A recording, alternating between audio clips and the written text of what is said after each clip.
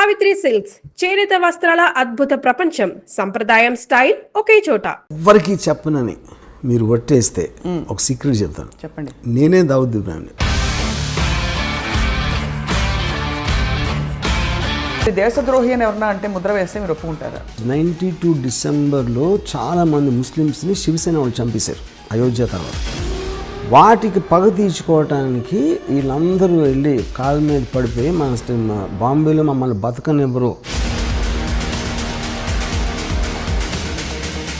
I'm not telling first of all justifying that Dawood Ibrahim is good for the country or bad for the country. జరిగిన చూపెడతాను. తర్వాత ఆయనకు వారసులు ఉన్నారా? ఒకటి his daughter died because of malaria. అంత పెద్ద క్రిమినల్ కూతుర్ని ఒక దోమ వచ్చి చంపేసినారు. మీ క్రిమినల్ ఇన్ఫ్లుయెన్స్ మీ మీద ఆయిందే. మీ ఇంట్లో ఫోటో ఉంది, ఆయన పూజను చేసుకుంటారేమో అని. నా హృదయంలో ఉన్నాడు. ఒక చిన్న ఎగ్జాంపుల్ చెప్తాను. చెప్పండి. చోటా రాజాను ఒక మనిషి సౌత్య అని ఆల్మోస్ట్ తమ్ముళ్ళగా చూసుకున్నాడు. ఒక పర్టిక్యులర్ స్టేజ్లో దావుద్ ఇబ్రాహింకి చోటా రాజానికి గొడవ వచ్చినప్పుడు కలిసి చోటా రాజాని చంపడానికి ప్లాన్ చేసి ఆ ప్లాన్ ఏమో వర్కౌట్ అవ్వదు. చోటా రాజాని పారిపోయాడు. ఇదంతా దుబాయ్లో జరిగింది. అంటే వీడు ఏం చేశాడంటే బాంబే నుంచి నలుగురిని తెప్పించి నేను మొత్తం అన్ని అరేంజ్ చేస్తాను, మీరు వెళ్ళి హాలిడే లాగా వెళ్ళండి దుబాయ్, అక్కడ నా వాళ్ళు వచ్చి సౌత్యాన్ని ఎలా చంపాలో అది ఎక్స్ప్లెయిన్ చేస్తారు, మీరు కన్విన్స్ అయితే చేయండి. ఇవి సరే వెళ్ళారు దుబాయ్లో. మాల్లో బయట ఒక జిమ్, సౌత్య రోజు అక్కడికి వస్తాడు. పోర్ట్ దగ్గర కస్టమ్స్ వాళ్ళు అందరినీ ఆల్రెడీ సెట్ చేశాడు రాజన్ భాయ్. వాళ్ళు మిమ్మల్ని బోట్లో ఎక్కిస్తారు. ఆ బోట్ ఆ యాట్ ఇండియాకి వచ్చేస్తుంది. నెక్స్ట్ డే సాయంత్రం వచ్చాడు సౌత్య. కిందది టపా షూట్ చేశారు. షూట్ చేసి పరిగెత్తారు. లెఫ్ట్ టర్న్ తిరిగారు, రైట్ టర్న్ తిరిగితే వ్యాన్ లేదు అక్కడ.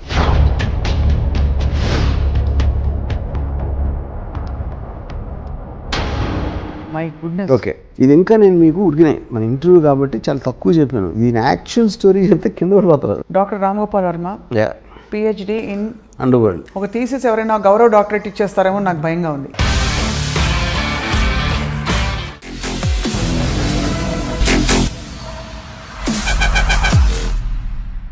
Welcome to the special interview on I dream.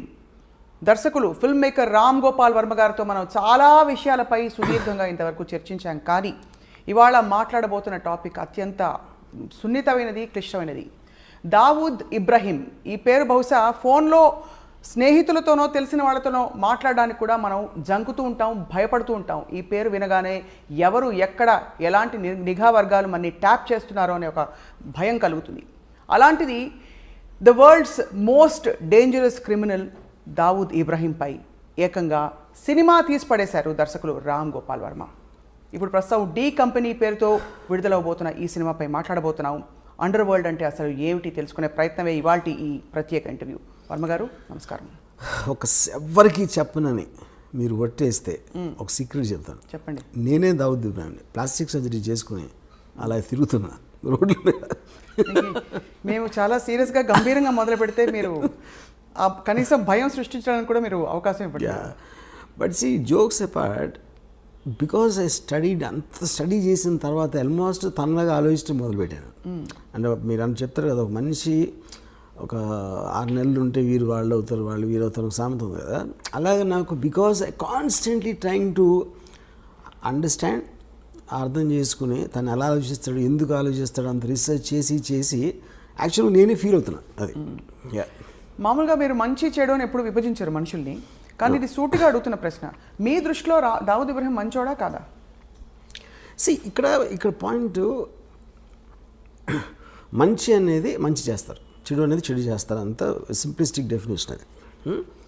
Dawood Ibrahim చాలామందికి మంచి చేశాడు, చాలామందికి చెడు చేశాడు.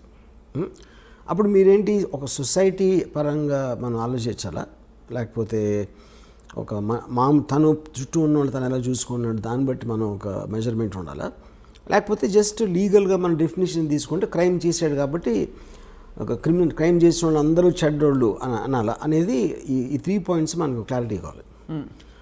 సో అఫ్ కోర్స్ ఇల్లీగల్గా అబ్స్కాండింగ్ కేసులో ఉన్నాడు, is a criminal person as per the law is concern. So దాంట్లో అప్పుడు ఈజ్ అ క్రిమినల్. తర్వాత మంచి చెడు అనేది నేను చెప్పేది, ఇప్పుడు తను నమ్మింది తను చేశాడు, దాని మూలం చాలామందికి మంచి జరిగింది.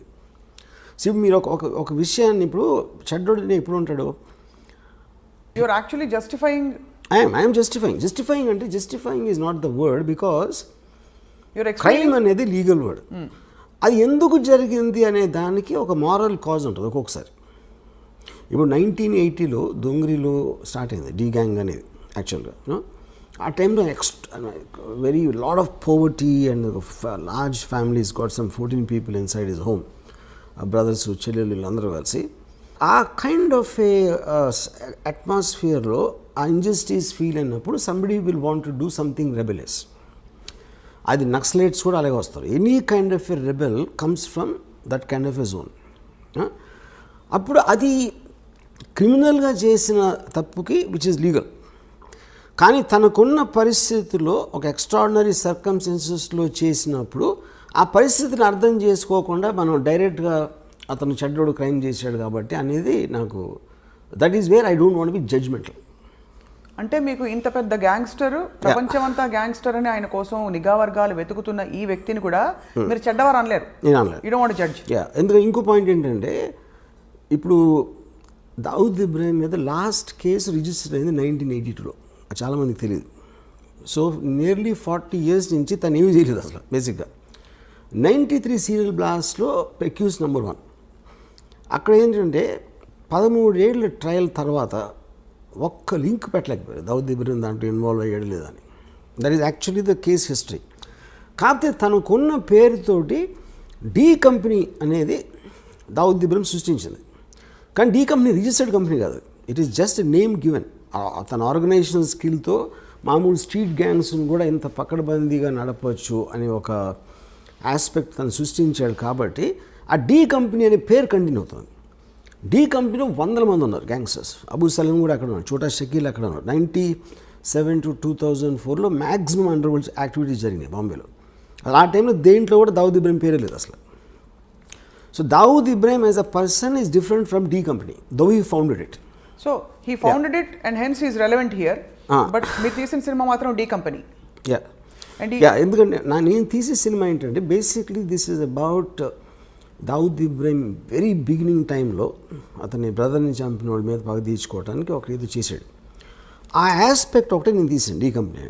అండ్ ఫస్ట్ టైం బాంబేలో దావుద్ ఇబ్రాహిం అని అన్నాడు అని ఒక పేరు రిజిస్టర్ అయింది జనంలో. అది తీసి దాని తర్వాత కంటిన్యూషన్ సిరీస్ లాగా తీస్తున్నాను డీ కంపెనీ. కానీ ఇంత అవుట్డేటెడ్ క్రిమినల్ తర్వాత ఆయన మీద కేసు కూడా లేదని చెప్పి ఆయన మీద సడన్గా మీరు స్ఫూర్తి పొంది సినిమా తీసేంత పని అంటే what about him? Because I honestly think he's ఎప్పుడైనా సరే ఒక విజనరీ అవసరం ఏ బిజినెస్లో కానీ ఏ దాంట్లో. టాటా బిర్లాలు అలాంటి వాళ్ళు ఉన్నప్పుడు సడన్గా అక్కడికి ధీరుభాయ్ అంబానీ ఒక అతను గుజరాత్ నుంచి వచ్చాడు. అంతకుముందు అంతంత పెద్ద ఇండస్ట్రీస్ వాళ్ళందరూ ఆలోచించి ఒక విజనరీ ఆస్పెక్ట్ తోటి ఈ change entire industries face in India అక్కడి నుంచి. అంటే ఆల్మోస్ట్ టాటా బిర్లాని మర్చిపోయాం దాని తర్వాత. Same thing what Bill Gates did to IBM, you know. So అది legal aspect, business aspect. Same thing under వరల్డ్లో కరీం లాలా వర్దాబాయ్ మొదలియార్ అండ్ హాజీ మస్తాన్ లాంటి దిగ్గజాలు ఉన్నప్పుడు ఒక 25-year-old బాయ్ దావుద్ ఇబ్రాహిం అనేవాడు దొంగరి నుంచి వచ్చి ఈ completely change the way the under world operates. So if I make a film on Veerappan, somebody makes a film on Hitler, అలాగే make a film on Dawood Ibrahim. Anybody made an impact ఏ విధంగా అయినా సరే, I think his material is good for making a film. But as much as it sounds like a repetitive question to you, Ramu garu, you don't want to make a film on a change maker like Sachin Tendulkar. You don't want to make a film on a change maker like Dhirubhai Ambani. But you want to make a film, you insist on making a film on a criminal who has actually harmed the world in many ways. See, lot of people believe Dhirubhai Ambani also has done many things to become that, you know. So ఇప్పుడు మీరు మనకి సామెత కదా, పట్టుబడినోడే దొంగ అని, పట్టుబడినోడు దొంగ కాదని. ఎన్నో పాలిటీషియన్లు చేయొచ్చు, పోలీస్ ఆఫీసర్లు చేయొచ్చు.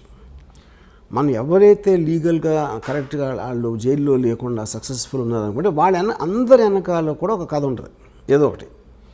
సో నేను ఎంచుకునేది ఏంటి, నాకున్న చాయిస్లో మోస్ట్ డ్రామాటిక్గా అనిపించింది నేను అనుకుంటాను. ప్రతి క్రిమినల్, ప్రతి టెర్రరిస్ట్ కూడా ఒక పని చేసినప్పుడు తన వాళ్ళని ఎవరినో బెనిఫిట్ చేయడానికి చేసుకోవడం అనేది పరిణామం ఉంటుంది. కానీ దట్ స్టిల్ డజంట్ జస్టిఫై. దానికి చట్టాలు ఉంటాయి, పరిధులు ఉంటాయి, ప్రపంచం ఉంటుంది. రూల్స్ అండ్ రెగ్యులేషన్స్ ఉంటాయి. వాటన్నిటిని ఉల్లంఘించి మనుషుల ప్రాణాలతో చెలగాటం ఆడిన వ్యక్తుల మీద. కానీ నేను అదే అంటున్నాను, జస్టిఫై అనే మాట కరెక్ట్ కదా అంటున్నాను. ఇప్పుడు if you are not in other person shoes, okay, అవతలోడి షూస్లో మనం లేనప్పుడు అతను ఏం చేశాడు అనే దాని మీద జడ్జ్మెంటల్ అవ్వటం అనేది నేను చేయను. ఎందుకంటే ఆ పరిస్థితిలో నేనుంటే నేనేమన్నా చేసేవాడినా. ఫర్ ఎగ్జాంపుల్ మీరు రాడికల్స్ ఉంటారు అనుకోండి, ల్యాండ్ లార్డ్స్ వాళ్ళని తొక్కేసి వాళ్ళని అరాచకాలు చేసేస్తున్నప్పుడు వాళ్ళు ఏదో ఎదురు తిరిగి ఒక ల్యాండ్ లార్డ్ని చంపేశారు అనుకోండి. చంపటం అనేది చట్టరీత్యా నేరం. Of course they will be punished for that. But ఎలాంటి పరిస్థితుల్లో వాళ్ళని కార్నర్ చేస్తే వాళ్ళు అలా చేయాల్సి వచ్చిందో అనే దానికి that is what I want talking about moral justification if you care to understand. ఇంకా చాలా సింపుల్ చెప్తాను మీకు. నేను ఒకసారి పోలీస్ ఆఫీసర్ని అడిగినది, ఇప్పుడు క్రైమ్ చేసిన వాడిని శిక్షించాలని మీరు అంటారు. ఒక రిచ్ మ్యాన్ ఒక పనివాడికి జీతం ఇట్లా, ఓకే, వాడికి ఒక వాళ్ళ mother ever she is not well and he needs urgently money to pay for the medicine, okay. So వాడు ఈ జీతం ఇవ్వట్లేదు కాబట్టి ఆడేదో ఇంట్లో డబ్బులు కొట్టేసి వెళ్ళిపోయాడు అని పట్టుకున్నారు పోలీసులు. డబ్బులు దొంగిలించడం అనేది నేరం, ఆఫ్ కోర్స్, అందుకని అతని చట్టరీత్యా అతను శిక్షిస్తారు ఏదో చేసి. బట్ వాడు ఎందుకు చేశాడు అని మీరు వెనకాలకి వెళ్తే I don't think you will feel the same thing after that. Though it is still a crime. On paper it's a crime. Yeah. So you find a story behind everything. Yeah. And also you see the point is, ఒక సొసైటీలో ఎన్నో రకాల మంది ఉంటారు. ఇప్పుడు for example political leaders ఉంటారు, ఆయన తాట తీస్తూ ఉంటాడు, ఒకడు ఇంకోటేమో నరికేస్తూ ఉంటాడు, బొక్కలు కొడతా అని ఇంకోటి అంటాడు. They don't do anything but they actually using violent rhetoric, which is just an expression of their anger or whatever you think it is. మనిషి ఏదో కొట్టుకుంటూ ఉంటారు, అప్పుడప్పుడు దెబ్బలాడతారు, కొన్నిసార్లు మర్డర్లు కూడా జరుగుతాయి, కొన్నిసార్లు ఎవరితోనో చంపేస్తారు. All of this are a result of the compelling forces which is happening.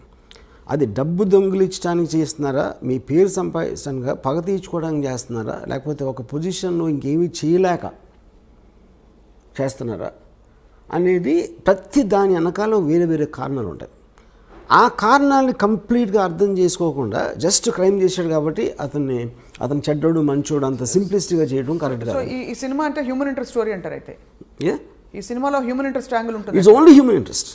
Only human interest. Actually this very little action. Almost ఆ పుకార్ ఏదో వచ్చింది నిన్నో మొన్నో, స్వయంగా ఆయనే ప్రొడ్యూస్ చేయించుకున్నారు సినిమా అని చెప్పి, మీ చేత తీయించుకోవాలని చెప్పి. ఇంకెవరు అంటే అలాగే ఉంది, వింటూ ఉంటే అంత గ్లోరిఫైడ్ గా వినిపిస్తుంది. గారు, is it true that is he involved in any way? First of all Dawood Ibrahim I think must be around 65 now. తనకి ఇప్పుడు కొత్తగా వైట్ వాష్ చేసుకునే అవసరం లేదు పేరు, అది ఒక పాయింట్. రెండోది, నేను చేస్తున్నది ఏది తను చేసింది చేయలేదని చెప్పడం కానీ, తను చెయ్యింది చేశాడని చెప్పడానికి ఈ సినిమా ఉద్దేశం కాదు.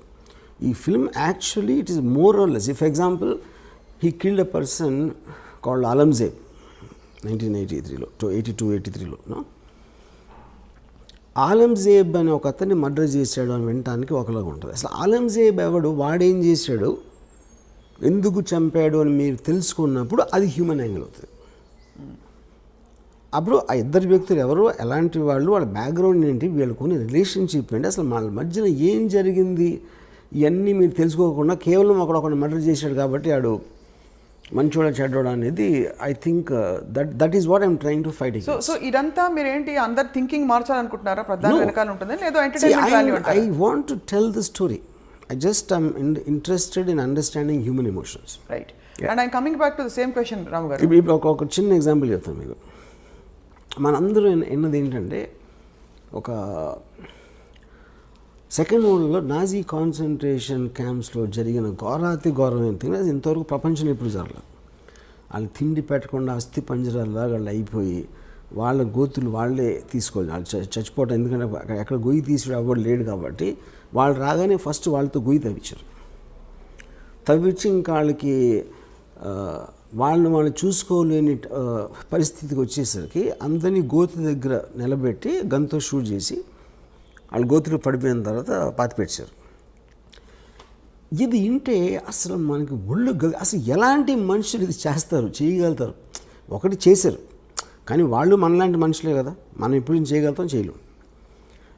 దీని మీద నేను చాలా బుక్స్ చదివి ఎలా ఎందుకు జరిగింది అంటే, ఇప్పుడు వాళ్ళు ఒక పిచ్చోళ్ళు అన్నాయి ఉండాలి, లేకపోతే అలా చేసినందుకు వాళ్ళకి ఏదైనా, ఇప్పుడు ఫర్ ఎగ్జాంపుల్ పోలీసులు కొట్టారు అనుకోండి, ఆడిని టార్చర్ చేసి వాడిలోంచి ఒక నిజం తెప్పించడానికి ట్రై చేస్తారు, అదొక కారణం ఉండొచ్చు. Coming back to the concentration camps, నేను ఫైనల్గా ఏం రియలైజ్ అయ్యానంటే, ఇప్పుడు హిట్లరు టోటల్గా జూస్ అందరినీ జర్మనీలోంచి పంపించారు. అందరినీ కలెక్ట్ చేసుకుని హోల్డింగ్ ఏరియాలో పెట్టి ఒక చోట అక్కడి నుంచి ట్రాన్స్పోర్ట్ చేయాలనేది ఫస్ట్ డెసిషన్. ఓకే, ఈ డెసిషన్ ఎక్కడ బెడిసికొట్టిందంటే, ఈ పోలాండ్ తోటి వార్ స్టార్ట్ అయింది, అక్కడి నుంచి గ్రేట్ బ్రిటన్ అటాక్ చేసింది. సడన్గా మొత్తం ట్రాన్స్పోర్టేషన్ అంతా కొలాప్స్ అయిపోయి వీళ్ళని ట్రాన్స్పోర్ట్ చేసే పరిస్థితి పోయింది. పోయేసరికి ఆల్రెడీ కలెక్ట్ చేసి అందరూ వచ్చేస్తున్నారు కాబట్టి వాళ్ళకి పెట్టడానికి వార్ జరుగుతుంది. మొత్తం అందరూ సోల్జర్స్ అందరూ వార్లో బిజీగా ఉన్నారు. వీళ్ళని గార్డ్ చేయడానికి మనుషులు లేరు. అప్పుడు ఏం చేశారంటే, చాలా స్ట్రిక్ట్ పనిష్మెంట్ ఇవ్వకపోతే వాళ్ళు భయపడరు.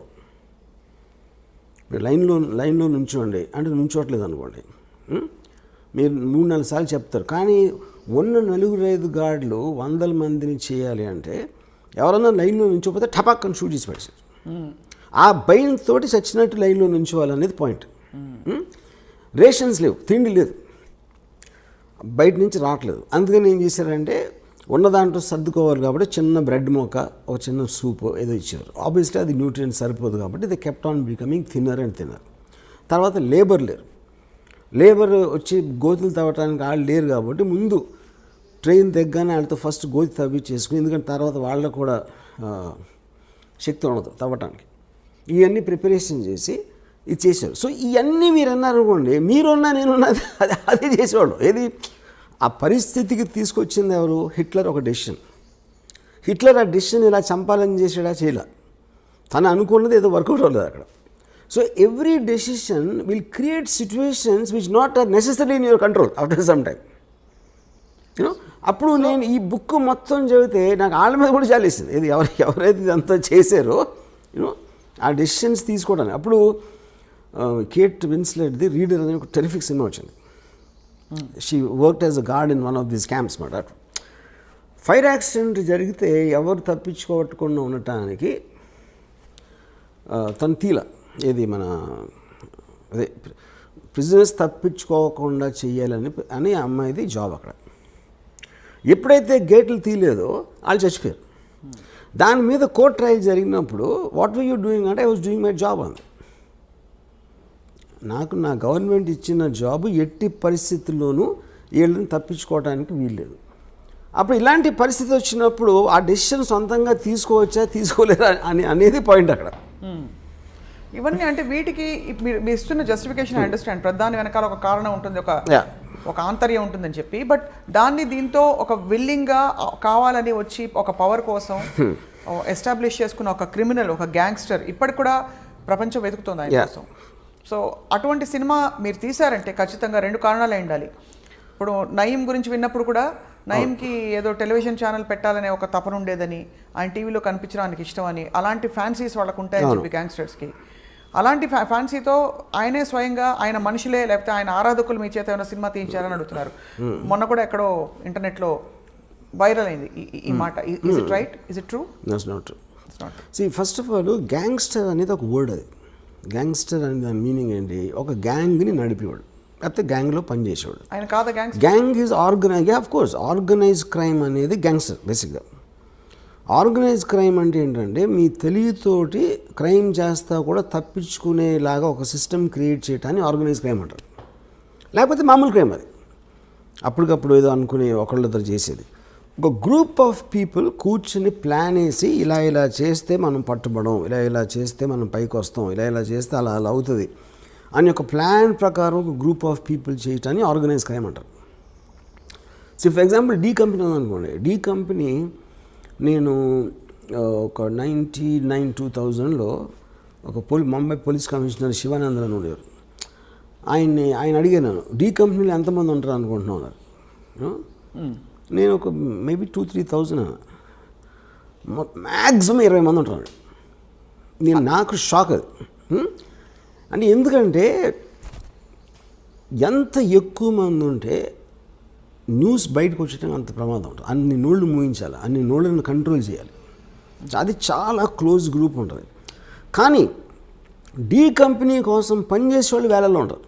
కానీ వాళ్ళు ఎవ్వరికి కూడా డీ కంపెనీకి పనిచేస్తున్నట్టు తెలియదు చాలామందికి దాంట్లో. Which is the whole power of an organization. They don't know their employer. అంటే ఇది కంపెనీ ఉండొచ్చు. ఫర్ ఎగ్జాంపుల్ నా దగ్గరికి ఎవరు ప్రొడ్యూసర్ వస్తాడు. ఆ ప్రొడ్యూసర్ వచ్చి నేను మీద సినిమా తీస్తానంటాడు. సో ప్రొడ్యూసర్ పేరు ఏదో ఉందాడు, అది సపోజ్ అటు సినిమా తీస్తాడు. సినిమా అనేది లీగల్ బిజినెస్. అప్పుడు నేను తీస్తాను సినిమా, కానీ అతను డీ కంపెనీ మనిషి. కానీ నేను పనిచేసేది ఎవరికి, ఇతనికి. ఇప్పుడు మీరు కలిసిన ప్రతి ఒక్కరు వాళ్ళ బ్యాక్గ్రౌండ్ మీకు తెలియదు కదా, తెలియడానికి ఛాన్సే లేదు కదా, you know. So this is how సట్లీ it operates. ఇప్పుడు అలా మీ ఎంప్లాయర్ మీకు తెలియదేమో. తెలీదు, ఎవరికి తెలియదు. బాంబేలో చాలాసార్లు మీకు ఇలాగా భరత్ భాయ్ షా కేసులో చోరీ చుప్కే సల్మాన్ ఖాన్, ప్రీతి జింటా, రాణి ముఖర్జీ అలాంటి యాక్టర్స్ ఉన్న పిక్చరు నాజిమ్ రిజ్వీ అని ఒకటి ప్రొడ్యూస్ చేశాడు. భరత్ భాయ్ ఫిల్మ్ ఫైనాన్షియల్, ఆయన ఎన్నో సంవత్సరాల నుంచి చేస్తున్నాడు. నాజిమ్ రిజ్వీ అండర్ వరల్డ్ మనిషి అని సినిమా సామాన్యంగా తెలిసి, అది ఎవరో చెప్పారు. కానీ అండర్ వరల్డ్ మనిషి అంటే ఏంటి అసలు అర్థం ఏంటి ఫస్ట్? అది చెప్పండి. అండర్ వరల్డ్ మనిషి అంటే మీరు డైరెక్ట్గా క్రైమ్ చేసే వాళ్ళు ఒకళ్ళు ఉంటారు. అంటే డైరెక్ట్ క్రైమ్ అంటే ఏంటి, లీగల్ డెఫినేషన్. సెకండ్ డిగ్రీ వాళ్ళేమో వాళ్ళు వాడుకుంటారు, అది కొంచెం ఫోన్ చేసి చెప్పారా అని. వాడు చేయడు. కాకపోతే implying the threat, D company వాళ్ళు నాకు తెలుసు అనే ఒక ఇన్ఫర్మేషన్ తోటి ఇంటిమిడియేట్ చేయటం అదొక పద్ధతి. మూడోది, మీరు లీగల్గా చేయలేని పనులు కొన్ని వాళ్ళు మీకోసం ఇల్లీగల్గా చేస్తారు. మీ బుక్స్లో అన్నిట్లో అలా ఉంటుంది. కానీ మీరు వేరేగా చేసేయని వాళ్ళు ఒక సెపరేట్ టీంతో వాళ్ళు చేస్తారు. ఓకే, ఫర్ ఎగ్జాంపుల్ లీగల్గా మీరు ఇంపోర్ట్ చేసుకున్నారు అనుకోండి, ఒక 100 VCRలు ఆ టైంలో చెప్తున్నాను. ఇల్లీగల్గా 500 VCRలు వస్తాయి. 500 VCRలు డీ కంపెనీ వాళ్ళు పంచుకుని వాళ్ళు చేసి మీరు ఫెసిలిటేట్ చేసినందుకు మీకు కొంత ఇస్తారు, మిగతా వాళ్ళు తీసుకుంటారు. సో డైరెక్ట్గా ఎవడైతే కంపెనీలో ఉన్నాడో వాడు చేయలేదు, అది వాడు దాన్ని అమ్మలేదు, వాడు కొనలేదు, ఫెసిలిటేట్ చేశాడు అంతే. ఆ ఫెసిలిటేషను 100 VCRలు పోతే 500 VCRలు వచ్చినాయి అని తెలుసుకోవడం అనేది చాలా కష్టం. సో ఇప్పుడు ఈ లింక్స్ మీద లింక్స్, ఇప్పుడు ఒక మర్డర్ ఉందనుకోండి, ఇప్పుడు ఎవడో ఒక ఎక్కడో కలుస్తాడు, ఒక జైలు, ఒక్కొక్కసారి జైల్లో అవ్వచ్చు, ఇంకొకసారి ఎక్కడో ఒక స్మాల్ టౌన్లో ఒక పని ఉంది చేస్తావా అంటాడు. ఏంటండి ఇలా జస్ట్ బాంబే వచ్చి నువ్వు చిన్న గన్ వేస్తాం, ఫలానా ఒకడిని షూట్ చేయాలి అని ఆడికి డబ్బులు ఆఫర్ ఇస్తాడు. వాడేంటి వీడు మాట్లాడేవాడు రషీద్ అనేవాడు అబ్దుల్ అనేవాడు చెప్పాడు అనుకోండి. ఈ రషీద్ అసలు బాంబే రాడాడు. ఈ అబ్దుల్ని ట్రైన్ ఎక్కించి పంపుతాడు. ఈ అబ్దుల్ అక్కడ దిగి నువ్వు ఫలానా హోటల్లో అక్కడ స్టేషన్ బయట ఎలా ఉంటుంది అక్కడ ఉండవు. మళ్ళీ అక్కడ ఫోన్ వచ్చి నువ్వు బయటకు వచ్చి బాండ్రా బస్ స్టాండ్ దగ్గర నువ్వు వెళ్ళు, అక్కడ గ్రీన్ షర్ట్ బ్లాక్ ప్యాంట్ వేసుకుని అక్కడ కనిపిస్తాడు. ఆడికి నీ పేరు మల్బార్ అని చెప్పి అంటాడు. ఆడు వెయిట్ చేస్తున్నాడు. ఆడ అసలు పేరేమో తక్కువ మీద ఉంటుంది, ఆడేమో సలీం అని చెప్పాడు. వీళ్ళిద్దరి దగ్గరికి ఒక బురకా వేసుకున్న వచ్చి ఒక చిన్న ప్యాకెట్ ఇచ్చారు. ఈ బురకావిడ ఎవరో వాళ్ళకి తెలీదు, వాళ్ళెవరో బురకావిడికి తెలియదు. వాళ్ళు వెళ్ళి ఎక్కడో తీసి దాన్ని ఓపెన్ చేస్తే దాంట్లో ఒక చిన్న కంట్రీ పిస్టల్ ఉంటుంది. ఉండి అక్కడి నుంచి నువ్వు ఫలానా చోట టెలిఫోన్ బూత్ దగ్గర వేయచా ఫోన్ వస్తుంది. వచ్చేసరికి నువ్వు జూహుకి వెళ్ళి ఫలానా ఒక బ్రౌన్ బంగ్లో ఉంటుంది, దాని బయట ఇలాంటి కారు ఉంటుంది. ఒకడు వస్తాడు, ఒక బట్టతల్లుడు, అతన్ని షూట్ చేసి మీరు వెళ్ళిపోయి ఈ 2 గన్స్ ఫలానా క్రీక్ దగ్గర నాలా ఉంది, ఆ నాలా దగ్గర ఒక చిన్న చెట్లు ఉంటాయి, అక్కడ ఇలాంటి దగ్గర పెట్టేసి వెళ్ళిపోయాడు. వీళ్ళు అది చేసేస్తారు, చేసి అక్కడ పెట్టేసి అక్కడ ఒక ప్యాకెట్లో కొంత డబ్బు ఉంటుంది, అది తీసుకుని వెళ్ళిపోయారు. ఇప్పుడేంటి ఈ మొత్తం దాంట్లో రషీద్ ఏం క్రైమ్ చేయలే. వీడు ఫస్ట్ ఎవడైతే అబ్దుల్కి చెప్పాడో వాడు క్రైమ్ చేయలేదు, అసలు వాడు ఇక్కడికి రాలేదు. ఓకే, అబ్దుల్ వచ్చాడు. అబ్దుల్ వచ్చి ఎవడైతే సలీం అని కలిసాడో, సలీం ఆడి పేరు కాదు, సలీంగా వీడు అసలు పేరు తెలియదు. ఎవరైతే గన్ను తీసుకొచ్చి ఇచ్చిందో ఆవిడికి ఆళ్ళు తెలియదు, వీళ్ళు తెలియదు. సో ఇప్పుడు పోలీసులు ఇన్వెస్టిగేషన్ చేయడం మొదలుపెట్టి అసలు ఎవరిని పట్టుకుని ఎక్కడికి లింక్ వెళ్ళాలని, కానీ పేపర్లో ఏమొస్తుంది, డి కంపెనీ హ్యాస్ కిల్డ్. వీళ్ళందరూ డి కంపెనీ అయితే, కానీ ఎవరికి తెలీదు వాళ్ళు డి కంపెనీ వాళ్ళని. అదే నేను చెప్పేది. ఇప్పుడు ఆ బుర్రకాయ వేసుకున్న ఆవిడకి ఏం చెప్పారు, ఈ ప్యాకెట్ను వాళ్ళకి ఇచ్చి ఏం చెప్పారు ఎవరో. ఇది కనిపించిన ఆరో సింహం ఇది మీరు చెప్తున్న ఈ డి కంపెనీ ఎవరికి తెలియట్లేదు. అదే చెప్పేది. అందుకనే ఇప్పుడు శివనందన్ ఏం చెప్పారు, most of the people don't know they're working for the company. అది ఎప్పుడు తెలుస్తుంది అంటే వీళ్ళందరికీ ఇద్దరు ఎవరైతే షూట్ చేశారో వాళ్ళిద్దరికీ పేపర్లో చదివాక తెలుస్తుంది వాళ్ళు డి కంపెనీ కోసం చేశారని. సో అప్పుడు ఏమంటాడు, పట్టుబడ్డాడు అనుకోండి, నేను డి కంపెనీ అంటాడు ఆ పేపర్లో చదివాక. కానీ డి కంపెనీ అని చెప్పినా సరే వాడి నుంచి అసలు ఆడికి ఎవడైతే చంపాడో వాడికి లింక్ లేదు. ఫస్ట్ ఆడిద్దరికి బ్యాక్గ్రౌండే లేదు. ఈ గన్ ఎక్కడ దొరికింది, ఎవరో బుర్కాలు ఇచ్చారు, ఆ బుర్కాని ఇంపాసిబుల్ ట్రేస్ చేయడం. అసలు ఇది ఎక్కడికి ఎందుకు వచ్చాడు, రషీద్ ఆడు ఏమీ చేయలేదు కానీ. సో మీ ఇన్ని లింకులు చైన్లో పెట్టి మధ్యలో ఒక లింక్ తీస్తాను. ఎప్పుడైనా ఇన్వెస్టిగేషన్ కొంచెం కాంప్లికేట్ అయిందంటే ఒక లింక్ తీసేస్తారు. ఫర్ ఎగ్జాంపుల్ రషీద్ ఉన్నాడు అనుకోండి, రషీద్ని ట్రాక్ చేయొచ్చు అని అనుకుంటే రషీద్ని అక్కడి నుంచి తప్పించేస్తారు.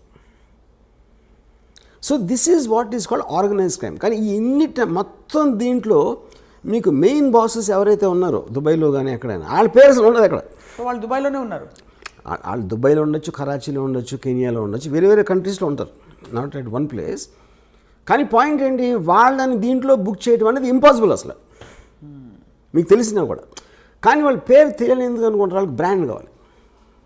ఇప్పుడు ఎవరో తెలియని వాడు మీకు ఫోన్ చేసి బెదిరించాడు అనుకోండి, మీరు బెదరు కదా, డి కంపెనీ నుంచి ఫోన్ చేస్తున్నాను బ్రాండ్ కావాలి అక్కడ. అది ఎవరైనా చెప్పుకోవచ్చు కదా, చెప్తారు కూడా. ఇప్పుడు మన కెమెరా చెప్తారు, ఎవరైనా చెప్తారు కూడా. కానీ వాళ్ళే ఎట్లా నమ్మి భయపడతారు. ఇప్పుడు ఇంకా ఛాన్స్ తీసుకోవాలంతే. ఇప్పుడు నేను అదే 100% చాలాసార్లు ఈ పెద్ద పేర్లు ఉన్న ఈ పరిటాల రవి కానీ ఫర్ ఎగ్జాంపుల్ ఫ్యాక్షన్ లీడర్స్ వాళ్ళ పేర్ల మీద వేరే వాళ్ళు చాలామంది చేస్తారు అది. సో ఇదంతా ఎక్కడ సేకరించారు వర్మ గారు మీరు ఈ ఇన్ఫర్మేషన్? మీరు డి కంపెనీ మనుషులతో మాట్లాడారా? I spoke to somebody. నాకు ఒక అప్పా చాచా అని ఒక 79 మనిషిని కలిసాను ఒక 2 years back. He is actually member of the D gang. దొంగరీలో ఫస్ట్ స్టార్ట్ అయినప్పుడు he saw Dawood Ibrahim when he was 18 years old. He met him? Yeah, he was with him. అంటే అదే ఏరియాలో ఉంటారు అందరూ కలిసి అదే ఆడుకునే వయసు నుంచి he knows Dawood Ibrahim. So he was a part of the D gang on the beginning yearsలో. అంటే ఆల్మోస్ట్ దావుద్ ఇబ్రాహిం ఇక్కడి నుంచి 85లో వెళ్ళిపోయాడు బాంబే నుంచి. అప్పటి వరకు he was very close to the inner circle you know. So అలాగా కొంతమంది రిటైర్డ్ పోలీస్ ఆఫీసర్స్, కొంతమంది జైలు నుంచి బయటకు వచ్చిన వాళ్ళు, కొంతమంది ఆ టైంలో చాలా హెవీగా ఇన్వాల్వ్ అయ్యి మళ్ళీ మధ్యలో వచ్చేసి లీగల్ బిజినెస్లోకి వచ్చేసారు కొంతమంది. సో ఇలా ఒక 10-12 పీపుల్ నుంచి నేను సేకరించాను. అండ్ మీరు ఇందాక చెప్పిన స్పెసిఫిక్ ఇది చాలా సున్నితమైన question. I don't even know if I should be asking this question. ఈ డి కంపెనీలో వర్క్ చేస్తున్న వాళ్ళు అన్ని ధర్మాలకి సంబంధించిన వాళ్ళు ఉంటారు, అన్ని మతాలకు సంబంధించిన ఉంటారు. It's not Muslims, all people. Christians ఉంటారు, హిందూస్ ఉంటారు. Like for example Dawood Ibrahim closest person is Hindu, Chhota Rajan. And మీరెప్పుడు దావుద్ ఇబ్రాహిం తాలూకు మనుషుల్ని దగ్గరగా కలవలేదు ఎక్సెప్ట్ అప్పా చాచా? వీళ్ళందరినీ కలిసాను, చాలామంది కలిసాను. వీళ్ళందరూ కలిసారు. ఎలా ఉంటారు వాళ్ళు? మనకన్నా మామూలుగా ఉంటారు. మన మీద ఎక్కువ అనుమానం వస్తుంది. అంటే very very normal looking people అసలు. సో ఈ సినిమా షూటింగ్కి సంబంధించి వర్మ గారు, షూటింగ్ మొత్తం ఇది డి కంపెనీ ముంబై చుట్టూ తిరగవలసిన కథ. మీరు ఎక్కడో ముంబై కాకుండా ఇతర ప్లేసెస్లో షూట్ చేశారు. ఎందుకంటే ఇది 80s ముంబై. 80s ముంబై అనేది ముంబైలో ఉండడానికి ఛాన్స్ లేదు. ఎందుకంటే Mumbai it's very very expensive place. Right. ఉన్న రియల్ ఎస్టేట్ అంతా వాళ్ళు మార్చేస్తారు బిల్డింగ్లు కట్టేసి. సో 1980లో ఉన్న అట్మాస్ఫియర్ బాంబేలో దొరకడం ఇంపాసిబుల్. సో కొన్ని నేను గోవాలో చేశాను అలాంటిది రీప్లేస్ చేయడానికి, కొన్ని షార్ట్ ఇన్ హైదరాబాద్.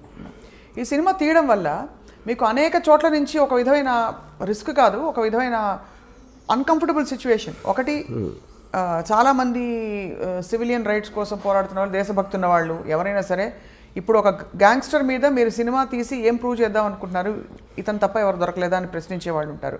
సరే, అది క్రిటిసిజం. రెండోది, మీరు ఒక ఇలాంటి ఒక క్రిమినల్, మన దేశానికే ముప్పు తెచ్చిపెట్టిన ఒక క్రిమినల్ని ఈ విధంగా మీరు సినిమా తీసేంతగా గ్లోరిఫై చేస్తారా అని చెప్పి మీకు అఫీషియల్గా కేంద్రం నుంచి అనేక చోట్ల నుంచి ఉన్న సర్కార్ వల్ల మీకు అనేక విధాల డిసప్రూవల్ వస్తుంది. తెలిసి కూడా ఈ సినిమా తీయాలి, దీన్ని వెబ్ సిరీస్గా కూడా తీయాలని చెప్పి అనుకోవడంలో ఆంతర్యం ఏంటంటే, ఇప్పుడు పాయింట్ ఏంటంటే క్రైమ్ అనేది it's a fascinating thing for everybody. ఎందుకంటే మీరు పొద్దున్న టీవీలో న్యూస్ చూసినా సరే, పేపర్ చదివినా సరే, మ్యాక్సిమం 80% క్రైమ్ న్యూస్ కవర్ చేస్తారు. ఇవాళ మొత్తం వెబ్ సిరీస్లో the most famous is Narcos, which is do with gangsters and underworld. Okay, so ఇన్హెరెంట్గా మనకున్న బోరింగ్ లైఫ్స్ నుంచి we are always attracted to study and understand or relish such people. So the attraction towards violent people, including Mahabharatam. See, Mahabharatam also, they're not gods, no, they're power politics and they use lot of violence and Krishnudu God, but Krishnudu ఏం చేశాడు? He was facilitating the war. అది మనుషులకు మంచి చేయడానికి ఏం చేయలేదు కదా కృష్ణుడు అక్కడ. మహాభారతం కాన్సెప్ట్ అని చెప్పి ధర్మ సంస్థాపనార్థాయ సంభవామి యుగే యుగే. అదే బట్ ధర్మ సంస్థాపన రావడానికి ఫస్ట్ ఆఫ్ ఆల్ దేవుడే సృష్టించినప్పుడు కౌరవులు ఎందుకు సృష్టించడం అసలు? ముందు నుంచి పాండవులను పెట్టచ్చు కదా. పాండవుల్ని కౌరవుల్ని క్రియేట్ చేసి అంతమందిని చంపి వార్లు క్రియేట్ చేసి అంతమందిని దుఃఖంలో పెట్టేసి దాని తర్వాత ధర్మ సంస్థాపన ఏంటి? ఇంకా ముందే పెట్టచ్చు కదా. ముందే అసలు చెడ్డవాళ్ళు లేకుండా అదే కదా దేవుడికి అంత పవర్ ఉండేది, చెడ్డవాళ్ళు ఎందుకు సృష్టించాలంటున్నాం? అంటే ఇలా జరిగితే ఇలా ఉంటాయి పర్యవసానాలని మనిషికి చెప్పడానికి ఈ యుగంలో చెప్పాల్సిన అవసరం ఉంది. ముందు నుంచి మంచి పేరు అయిపోయింది కదా పని. సో మీరైతే మహాభారతాన్ని కూడా జస్టిఫై చేయట్లేదు ఇక్కడ. Mahabharatam is just about power politics. Ramayanam can have a moral thing. తమ్ముడు అన్నని గౌరవించాలి, భార్యని ఇలా చూసుకోవాలి, పరిస్థితిని చూడకూడదు, ఇలాంటి కొన్ని మారల్ ఆస్పెక్ట్స్ అనేది రామాయణంలో ఉన్నాయి. I don't think Mahabharatam is anything to with that. Mahabharatam అయితే so what are you trying to say? Mahabharatam కూడా ఒక విధమైన Mahabharatam is about power politics. So you see more like it is like an underworld. అంటే underworld అంటే ఏంటి మీరు చెప్పేది? ఇప్పుడు ఆ టైంలో ఫ్యూడల్ వ్యవస్థలో రాజులు ఉన్నప్పుడు డిక్టేటర్షిప్స్, అది ఎవరికి బలం ఉంటే వాడే గెలుస్తాడు. సేమ్ థింగ్ క్రైమ్ ఆర్గనైజేషన్లో కూడా బలం plays a big role in that. It's about violent physical power. మీరు సివిలైజ్ సొసైటీ వచ్చినప్పుడు లాస్ ఉంటాయి, రూల్స్ ఉంటాయి, వాటి బట్టి నడుస్తాం. కాబట్టి ఏ ఒక్క వ్యక్తికి అంత పవర్ ఉండకూడదు అనే దాంట్లో ఒక ప్యారలల్ సిస్టమ్స్ వస్తాయి. అప్పుడు under world main thing. Mahabharatam టైంలో ఫ్యూడల్ టైం, మహాభారతం అని ఒకటే అంటలేదు, రాజుల టైంలో బలం ఉన్నోడిదే రాజ్యం అన్నదానికి ఒక క్రిమినల్ ఆర్గనైజేషన్కి ఏమి డిఫరెన్స్ లేదు. సో మొత్తం మీద వర్మ గారు ఈ సినిమా కాస్టింగ్లో కానీ కీలకమైన పాత్రధారుల్లో మీరు ఏమన్నా ప్రత్యేకమైన బాడీ లాంగ్వేజ్ ఇవన్నీ స్టడీ చేయడానికి మీ రీసెర్చ్ కానీ ఎక్కడి నుంచి దొరికింది? బికాస్ దావుద్ ఇబ్రాహీంకి సంబంధించి ఒకటో రెండో ఫోటోలు తప్ప ప్రపంచం ఆయన చూడలేదు సరే. అండ్ ఇంకొక సూట్ సరే, ఇది అయ్యాక రెండో సూటి ప్రశ్న. సో మీరు ఎక్కడి నుంచి చేశారు ఈ రీసెర్చ్ అంతా కూడా to make people believe that this is perhaps what Dawood Ibrahim look like? See anybody, ఒక మనిషి ఫర్ ఎగ్జాంపుల్ నేను when I did on Veerappan, you know నేను సినిమా తీసే టైంకి వీరప్పన్ పోయి ఆల్రెడీ 10 ఏళ్ళు అయిపోయాయి ఆర్ మోర్. సో ఏది మీరు చేసినా in the research most authentic sources మీకు సాధ్యమైనంత వరకు. ఇప్పుడు నిజం అనేది బిలీవబుల్గా ఉండాలి. నిజం అనేది ఎవరికి తెలియదు ఎప్పటికీ, ఎందుకంటే మీరు ఆ టైంలో మీరు లేరు, అది చేసినప్పుడు మీరు లేరు. అలాంటప్పుడు మీరు రిపోర్ట్ చేసిన, ఒక కథ రాసిన, ఒక కాలం రాసిన, సినిమా తీసిన, the way your piecing it together it should sound truthful, you know. So ఇప్పుడు నేను సపోజ్ 5 అడిగినాను అనుకోండి దావుద్ ఇబ్రాహీం గురించి, 5 వర్షన్స్ చెప్తున్నారు. అతను ఎలాంటి అతను ఒక 3 చెప్పండి మాకు. అంటే ఒకడేమో అసలు నాకు అది చాలా పిరికోడు అండి, మీడియా చేసింది, అసలు అడిగి ఏమీ లేదు అని చెప్పాడు ఒకడు. ఇంకోడు అంత తెలివైనడు అసలు ప్రపంచంలో ఉన్నాడు అని చెప్పాడు ఒకడు. ఇంకోడేమో అసలు తన చేతికి మట్టి అవ్వకుండా చేస్తాడు, అసలు చాలా పెద్ద మ్యానిపులేటర్ అని చెప్పాడు. ఇంకోడెవడో అసలు అంత దావుద్ ఇబ్రహీం పేరు మీద చేశారని వేరే వేరే వాళ్ళు, అతని ఏదో అమాయకుడు అని చెప్పాడు. ఇంకోడేమో అసలు అంతకన్నా డేంజరస్ మనిషి అసలు ప్రపంచంలో అని చెప్పాడు. సో ఈ 5 వేరే వేరే పాయింట్స్. నా పాయింట్ ఏంటంటే అతను ఈ 5 కాకపోవచ్చు, 5 కూడా అవ్వచ్చు. ఏది డిపెండింగ్ ఆన్ ద టైం, ఎవరు ఏ పరిస్థితుల్లో కలిశారు, ఎప్పుడు కలిశారు అన్న దాని మీద మనకి మనుషుల మీద ఇంప్రెషన్స్ ఫామ్ అవుతాయి. అవును, యా కరెక్ట్. మీరు క్యారెక్టరైజేషన్ ఇస్తున్నప్పుడు ఎవరేం చెప్పినా కూడా దావుద్ ఇబ్రహీం గొంతు సన్నగా ఉందనుకోండి, క్యా బేటా కైసా హే అని ఉందనుకోండి. ఒక పెద్ద గ్యాంగ్స్టర్ని మీరు అలా చూపించలేరు, గంభీరంగా చూపించాలి. ఒకలాంటి ఒక లుక్, ఒక విధమైన ఏం చెప్పాలి, ఒక హీరోయిక్కి కల్పించక తప్పదు. ఎందుకంటే మనకు తెలిసిన దావుద్ ఇబ్రహీం ఆయన చాలా గ్లామరస్, పార్టీ లవింగ్ పర్సన్ అని రకరకాల విషయాలు తెలుస్తుంటాయి. సో ఇవన్నీ ఎలా మీరు సమకూర్చారని అది సిద్ధం చేయి. అప్పుడు మీరు మాట్లాడుతున్నప్పుడు ఎవరితో అయితే మీరు మాట్లాడుతున్నారో వాళ్ళు చెప్పే డీటెయిల్స్ కొన్ని ఉంటాయి. ఆ డీటెయిల్స్ ఎవరు మామూలు వాళ్ళు ఎవరు చెప్పలేరు డైరెక్ట్గా. ఉదాహరణకి నేను ఈ అప్పా చాచాని, ఈ సాబిర్ని చంపేసినప్పుడు ఫాదర్ ఎట్లా రియాక్ట్ అయ్యాను. ఫాదర్ హెడ్ కానిస్టేబుల్, చుప్చాప్ కొని బయటికి ఆయన జస్ట్ రూమ్లో మూల కూర్చుని ఉండిపోయాలి. ఎందుకంటే దొంగరి ఏరియాలో జరుగుతూనే ఉంటాయి దాన్ని. ఇప్పుడు రూమ్లో మూల కూర్చుంటాం అనే డీటెయిల్ నాకు చాలా ఇంట్రెస్టింగ్ అనిపించింది. సెంటర్లో రూమ్ మధ్యలో కూర్చుంటానికి, మూల కూర్చోటానికి ఏదో ఒక తేడా ఉంది అక్కడ. యూనో అంటే ఆల్మోస్ట్ ఎవరి దారిలోకి రాకుండా ఆయన ఒక్కరే కూర్చుని. ఓకే, సో ఆ పాయింట్ ఏంటంటే అప్పుడు చెప్పే విధానంలో ఇలాంటి డీటెయిల్స్ తోటి మనకి ఒక ఇది వస్తుంది. యూనో ఇప్పుడు వీరప్పన్ గురించి నాకు ఒక పోలీస్ ఆఫీసరు ముద్దుమలై ఫారెస్ట్లో ఎప్పుడు కలిసినప్పుడు చెప్పాడు, సరే వీరప్పను పులి మీద తిరుగుతూ ఉంటాడని చెప్పాడు. ఆ మాట చెప్పగానే మనకు ఫస్ట్ పోతుంది. ఎవరు అతను అక్కడ లోకల్ మనిషి, పోలీస్ ఇన్స్పెక్టరు, అయినా కూడా వీరప్పన్ పులి మీద తిరుగుతాడంటే అది ఒకవేళ నిజంగా తిరిగినా మనం నమ్మం. సో నిజం అనేది నమ్మబుల్గా ఉండాలి, అంతేగాని అది నిజం అని కాదు బేసిక్గా.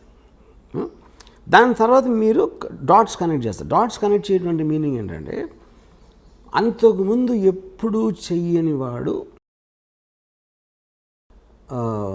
సడన్గా ఇది ఎలా చేశాడు, దీనికి దానికి మధ్య ఏం జరిగింది అని ఒక వర్షన్ ఉండొచ్చు, ఏం జరిగి ఉంటుందని మీ ఇమాజినేషన్ ఉంటుంది. ఆ ఇమాజినేషన్ మీరు అవతల వాళ్ళకి చెప్పినప్పుడు అవునేమో అని ఆడు అంటాడు ఒకసారి. ఎందుకంటే ఇప్పుడు నేను ఉన్నాను అనుకోండి, కొంతమంది నన్ను జీనియస్ అంటారు, కొంతమంది ఏమో పెచ్చోడు అంటారు, కొంతమంది అసలు ఏంటి ఏం మాడతాడు ఆడే వాగుతాడు ఏదో అంటారు. But the point is like ఇందాక నేను చెప్పినట్టు మనలో ప్రతి ఒక్కరికి అలా వేరే వేరే వర్షన్స్ ఉంటాయి. Right. So finally we will decide to believe one version and that will be your film is that will be the truth. Yeah. But ఇతర విషయాలు దావుద్ ఇబ్రహీం వ్యక్తిగత జీవితం గురించి మీరు వీరప్పన్కి ప్రేమ కథ పెట్టారు. ఇప్పుడు ఈ సినిమాలో కూడా అలాంటి ప్రేమాయణాలు with his family. Because Dawood is a very woman man and he had affairs with a lot of women and he had affairs. ఎక్కడో మధ్యలో రకరకాల పుకార్లు వచ్చేవి. బాలీవుడ్లో కూడా ఆయనకి చాలా రిలేషన్షిప్స్, అఫైర్స్ ఉన్నాయి. పుకార్లు ఏం కాదు, ఉన్నాయి. He actually was living with Mandakini, married Mandakini for nearly 10 years. Yeah.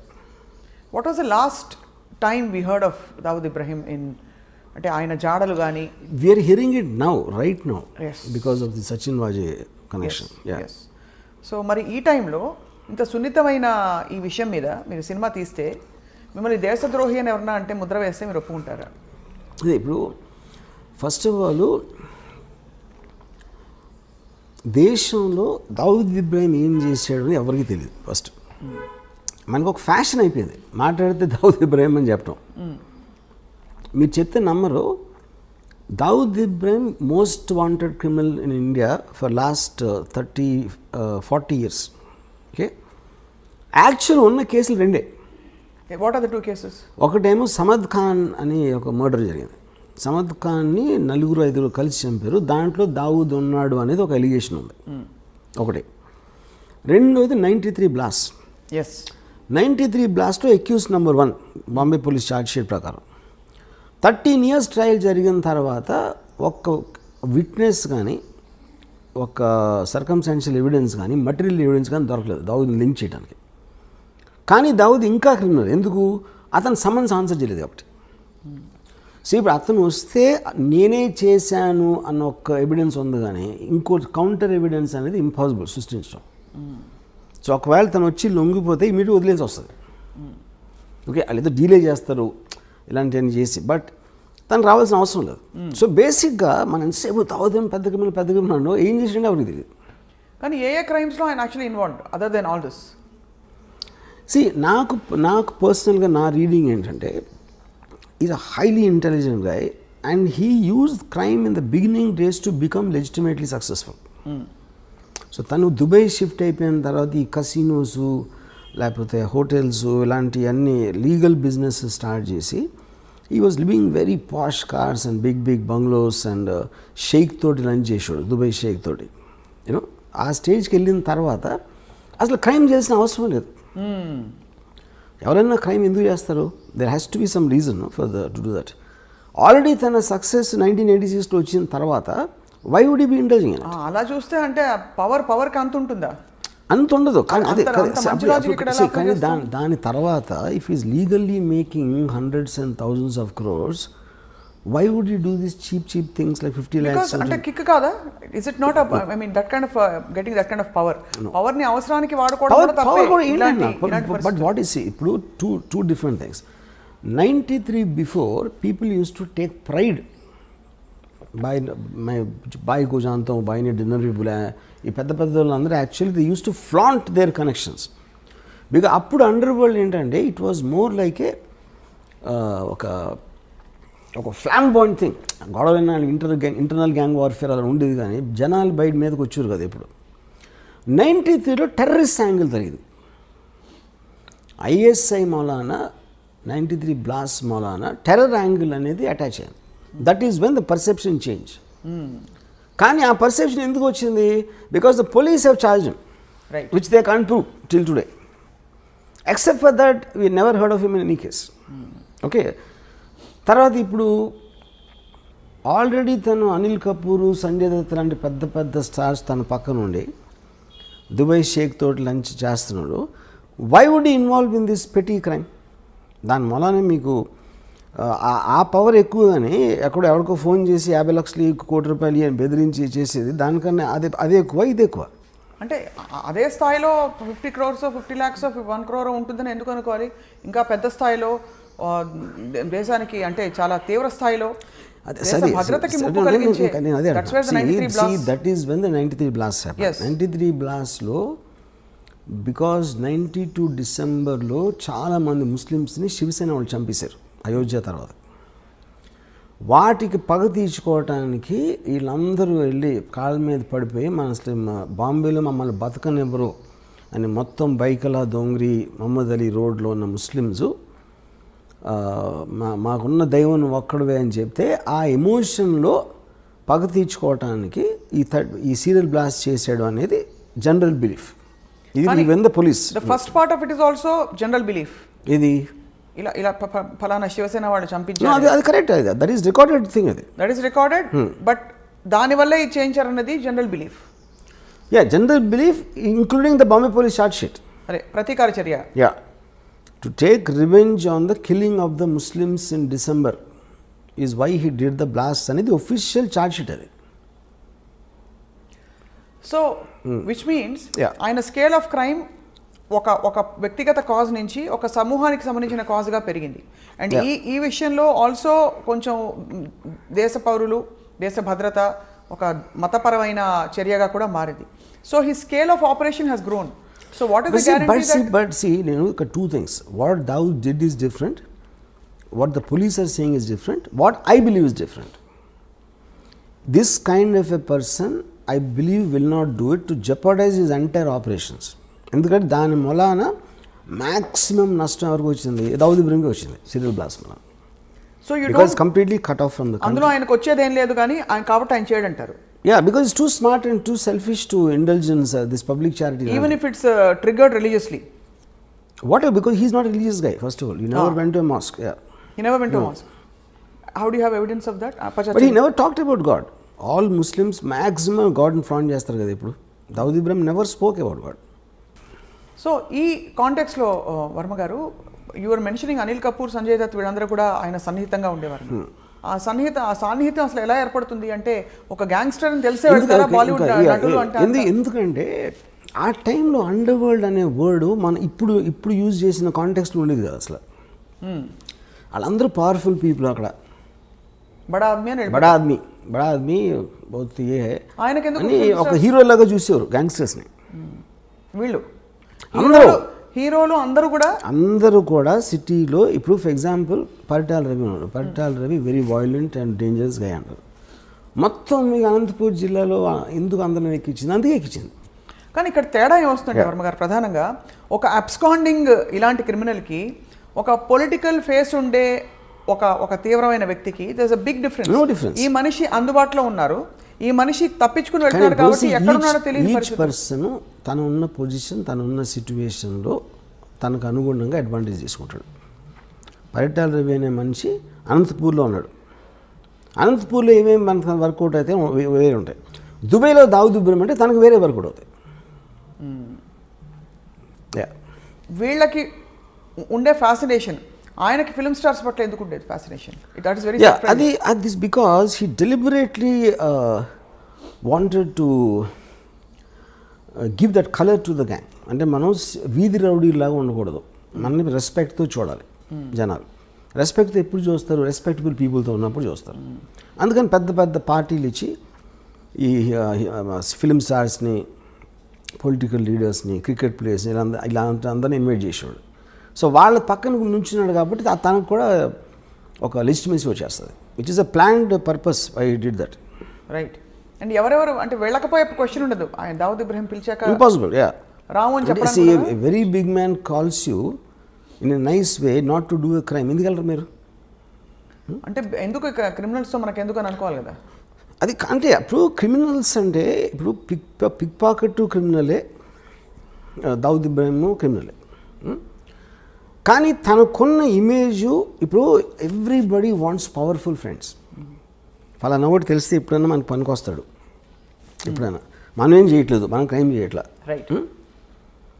కానీ పవర్ఫుల్ పీపుల్ తెలియటంలో తప్పే ఉంది అని ఒక అట్రాక్షన్ అందరికీ ఉంటుంది. ఎప్పుడది పోయింది? 90 బ్లాస్ట్ తర్వాత పోయింది. Because that was murder of public innocent people. That was a terror incident. That is when everybody cut of their links with Dawood Ibrahim, which is the reason తను చాలా ఎఫెక్టెడ్ దానికి. అందుకే అలా ఎఫెక్ట్ అతను ముందే తెలుసు కాబట్టి అతను చేసి ఉండడని నా బిలీఫ్. మీ సినిమాలో ఈ ఆస్పెక్ట్స్ అన్ని అడ్రస్ అవుతారా, చేస్తారా అసలు? Of course. అంటే ది 93 బ్లాస్ట్ ఆల్సో ఇవన్నీ they are going to be part of everything. Yes. And అది సీరియస్లో ఉండదు, సినిమాలో ఉండదు. సినిమాలో 1982-82 మధ్యలో ఉంటుంది స్టోరీ. సో ఎమర్జెన్స్ వరకు మీ సినిమా, ఆ తర్వాత జరిగిన కార్యకలాపాలు అన్ని సిరీస్, అవన్నీ సిరీస్లో ఉండబోతున్నాయి. So how are you going to, అంటే ఇప్పుడు ఎంత మీరు నార్కోస్ లాంటివి చూసినా ఇది ఒక రియల్ లైఫ్ సంఘటన, అందులో మన దేశానికి సంబంధించిన సంఘటన. సరే మీరు దేశభక్తి ఉందే లేదు అని చెప్పినా కూడా ఎక్కడో అక్కడ మీకు కొంచెం ఉంటుంది కదా, అంటే ఒక విధమైన concern. How are you going to justify making series on this? I am not telling first of all justifying that Dawood Ibrahim is good for the country or bad for the country. జరిగింది జరిగినట్టు చూపెడతాను. Then it's up to the people. ఇప్పుడు నేను మన దేశానికి స్వాతంత్రం తెచ్చింది దావుద్ ఇబ్రాహిం చెప్పట్లేదు కదా నేను. What exactly he's I'm showing that. Right. It like a documentation of a full story, big story that shook up the entire country at one point of time.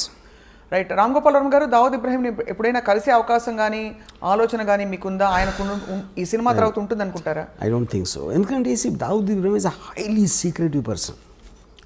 Last ఆ సీక్రెట్స్ మీరు బయట పెట్టేస్తున్నారు కదా ఈ సినిమాలో.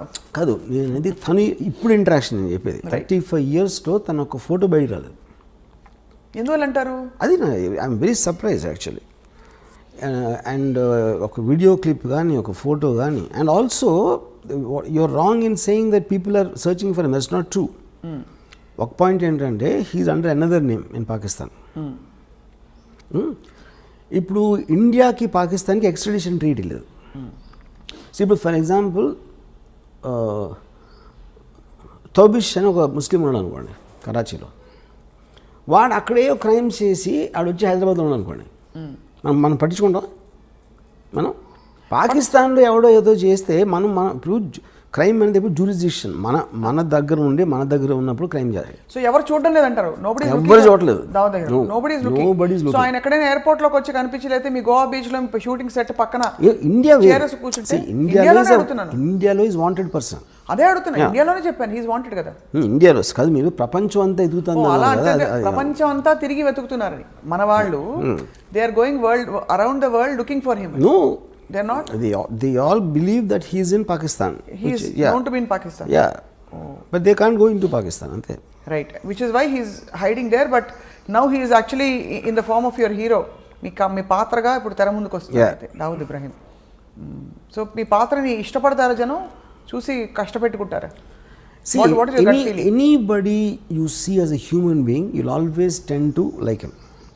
ఎందుకంటే హ్యూమన్ బీయింగ్స్ ఎమోషన్ కనెక్ట్ అవుతారు, right, logic connect అవుతారు, రేషనాలిటీ కనెక్ట్ అవుతారు, థాట్ ప్రాసెస్ కనెక్ట్ అవుతారు. ఇప్పుడు మీరు నార్కోస్ చూసారనుకోండి, పబ్లో ఎస్కోబార్ ముందు Dawood Ibrahim is nothing.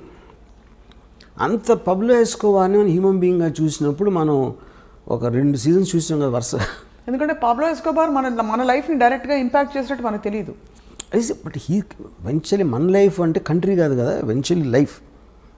Number of people Pablo Escobar ఒక్కడిని చంపడానికి మొత్తం ప్లేన్ కూల్చాడు పబ్లో ఎస్కోబార్. అలాంటి మనిషి కూడా మీ దగ్గర నుంచి అతను రూమ్లో ఉన్నప్పుడు, అంటే సినిమా అనేది almost you are with him at that time. 100% you will get emotional with anybody like that. మీరు ఇచ్చిన అనేక ఇంటర్వ్యూస్లో వర్మ గారు మీరే చెప్పారు, మనిషి ఎప్పుడు నెక్స్ట్ ఏమిటి అని వెళ్తూ ఉండే ప్రయాణం మనిషిది. ఇప్పుడు ఒక అత్యంత పవర్ఫుల్ అండ్ అత్యంత ఒక డబ్బులుండే పరిస్థితికి వచ్చేసిన ఒక క్రిమినల్ గ్యాంగ్స్టర్ మైండ్లో ఇప్పుడు ప్రపంచం పట్ల, దేశం పట్ల, లేదు మనుషుల పట్ల ఏం ఎమోషన్స్ ఉండుంటాయి, తర్వాత ఆయనకు వారసులు ఉన్నారా, ఇలాంటి డీటెయిల్స్ అన్ని కూడా మనకి బయటపడతాయి. ఒకటి his daughter died because of malaria. అంత పెద్ద క్రిమినల్ కూతుర్ని ఒక దోమ వచ్చి చంపేసింది. ఓకే. ఇంకొక డాటరు మియాందా అనే మన క్రికెట్ ప్లేయర్ గాట్ మ్యారీడ్. ఒక సన్ ఏమో మౌలానా అయిపోయాడు. Is almost like equal Pujari లాగా. Pujari. But I think Dawood is a guy, I doubt he will have any familiar. నేను విన్నది ఏంటంటే ఇప్పుడు present lifestyle, he sleeps the whole day and is awake the whole night partying అంట. Partying? Yeah, that's only thing he does every day. He is not with Mandakini anymore. Mandakini ఎప్పుడూ తెలిసి, Mandakini, I think more than 20 years. Did they have kids together?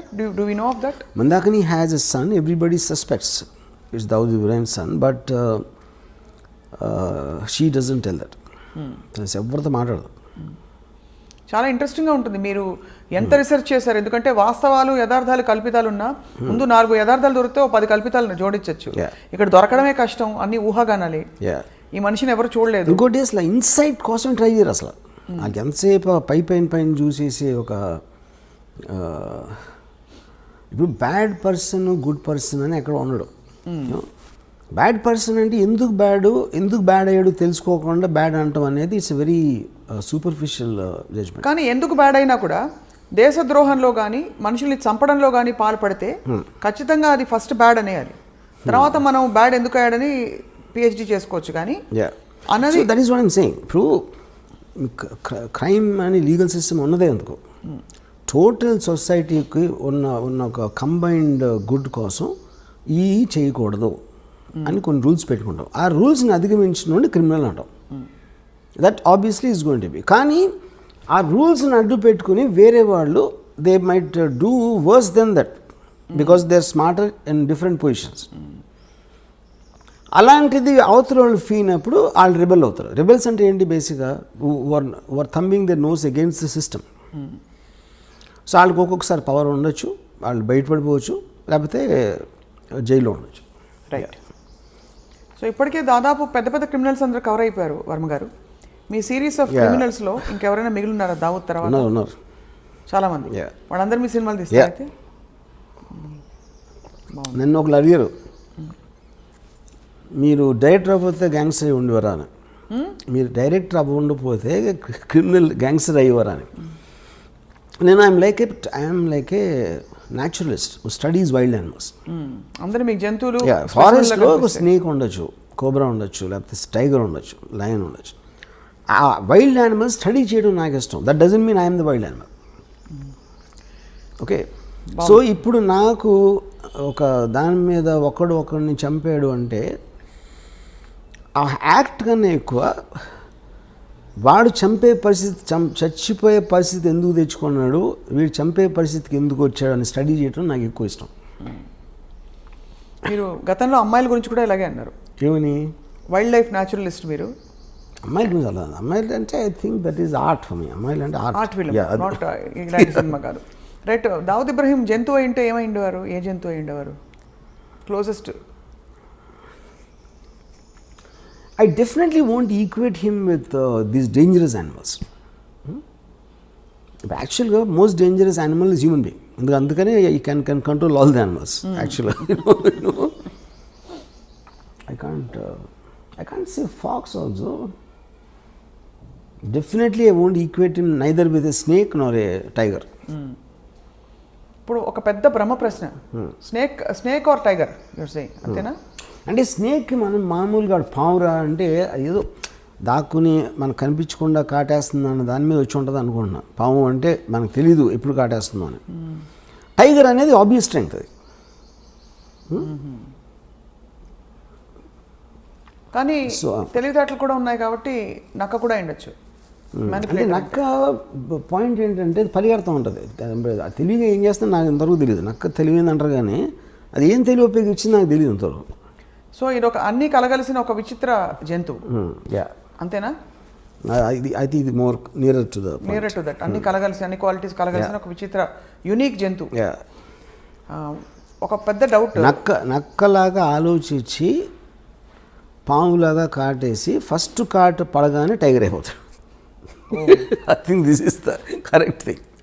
ఇచ్చాదారి సాంప్లాగా ఉండడానికి. D company more డేంజరసా, RGV company more డేంజరసా అని ప్రశ్న అడుగుతున్నారు, అందరూ అడుగుతున్నారు మీరు తీసే సినిమాల్ని బట్టి. ఇప్పుడు పాయింట్ ఏంటంటే సినిమాలో రొమాన్సైజ్ చేస్తారు అని చెప్తారు, లేకపోతే గ్లోరిఫై చేస్తారు క్రిమినల్స్ని. ఇప్పుడు ప్రతి కమర్షియల్ మెయిన్ స్ట్రీమ్ సినిమాలో కూడా పవన్ కళ్యాణ్ 20 మందిని కొట్టాడు, మహేష్ బాబు 50 మందిని కొట్టాడు, ఇంకోటి ప్రభాస్ 100 మందిని కొట్టాడు. అందరు చప్పట్లు కొడుతూ ఉంటారు, ఏలేస్తూ ఉంటారు. వాళ్ళు ఏం చేస్తున్నారు? చట్టాన్ని వాళ్ళ చేతులకు తీసుకుంటున్నారు, ఇర్రెస్పెక్టివ్ ఆఫ్ వాళ్ళు ఏ రోల్ వేసినా. But that is not to be taken seriously because it's a very comic book, fun, entertainment, action. Nobody takes that seriously. Realistic serious లాంటి, సత్యాలు లాంటి సినిమాలు ఏంటంటే ఎవ్వరు గన్ను తీసుకున్నా వాళ్ళందరూ కుక్క చోచి వచ్చారు ఫైనల్గా. అది గ్లోరిఫై చేయడం ఎట్లా అవుతుంది? అది how am I romanticising? They all look very అనే మామూలు మనుషులాగా చూపెడుతున్నాను. You are connecting to them, not getting inspired by them. Okay, so this is a connection, not an inspiration. Clearly you are connecting to all these people, all your gangsters. You understand. అంటే మీరు you will understand. ఇప్పుడు ఇందాక నేను concentration example అది చెప్పాను, right? అలాంటి పరిస్థితుల్లో మీరు గార్డ్గా ఉన్నా మీరు ఏం చేస్తారు? అది point. Do you expect any resistance or political flurries on this film? I don't think so, because see, we make film on all lots of criminals. మీరు బుక్కులు రాస్తున్నారు, లేకపోతే డాక్యుమెంటరీస్ చేస్తున్నారు, ఎవరు సినిమా తీస్తున్నారు, ఏంటి డిఫరెన్స్? రైట్. సో మొత్తం మీద హిందీ భాషలో విడుదలవుతున్న సినిమా, ఆ తర్వాత వెబ్ సిరీస్ కూడా అనేక భాగాలలో దావుద్ ఇబ్రహీం కార్యకలాపాలపై వర్మ గారు రీసెర్చ్ చేసి మరి రూపొందిస్తున్నారు. Will the same star cast continue Varma garu, are most of them will continue? Tell us a little bit about your casting. అంటే ఈ క్యారెక్టర్స్కి వెతకడానికి మీరు ఆడిషన్ చేశారా? ఆబ్వియస్లీ అంటే నాకు Dawood Ibrahim character I wanted, అంటే అతను హీరోలాగా ఉండకూడదు, ఏదో మసిల్స్ 6 ప్యాక్ వచ్చి ఉండకూడదు. I wanted a very mild looking person who slowly starts growing in the period of time. అతని మైండ్ సెట్ కానీ ఇప్పుడు ఒక అన్నచాటు తమ్ముడులాగా ఉంటాడు most of the time, you know. అప్పుడు ఇది ఆల్మోస్ట్ ఈ యొక్క కాస్టింగ్కి నేను నియర్లీ 35 to 40 పీపుల్ని ఆడిషన్ చేశాను. అండ్ తన brother character is very important సినిమాలో. సో ఆ బ్రదర్కి నాకు తనే పంపాడు, అశ్వత్, దావుద్ ఇబ్రహీం రోల్ వేస్తున్నాడు. So look for this actor అంటే భలే ఉన్నాడు. ఎవరైతే అంటే నా తమ్ముడు ఉన్నాడు. In real life also they're brothers.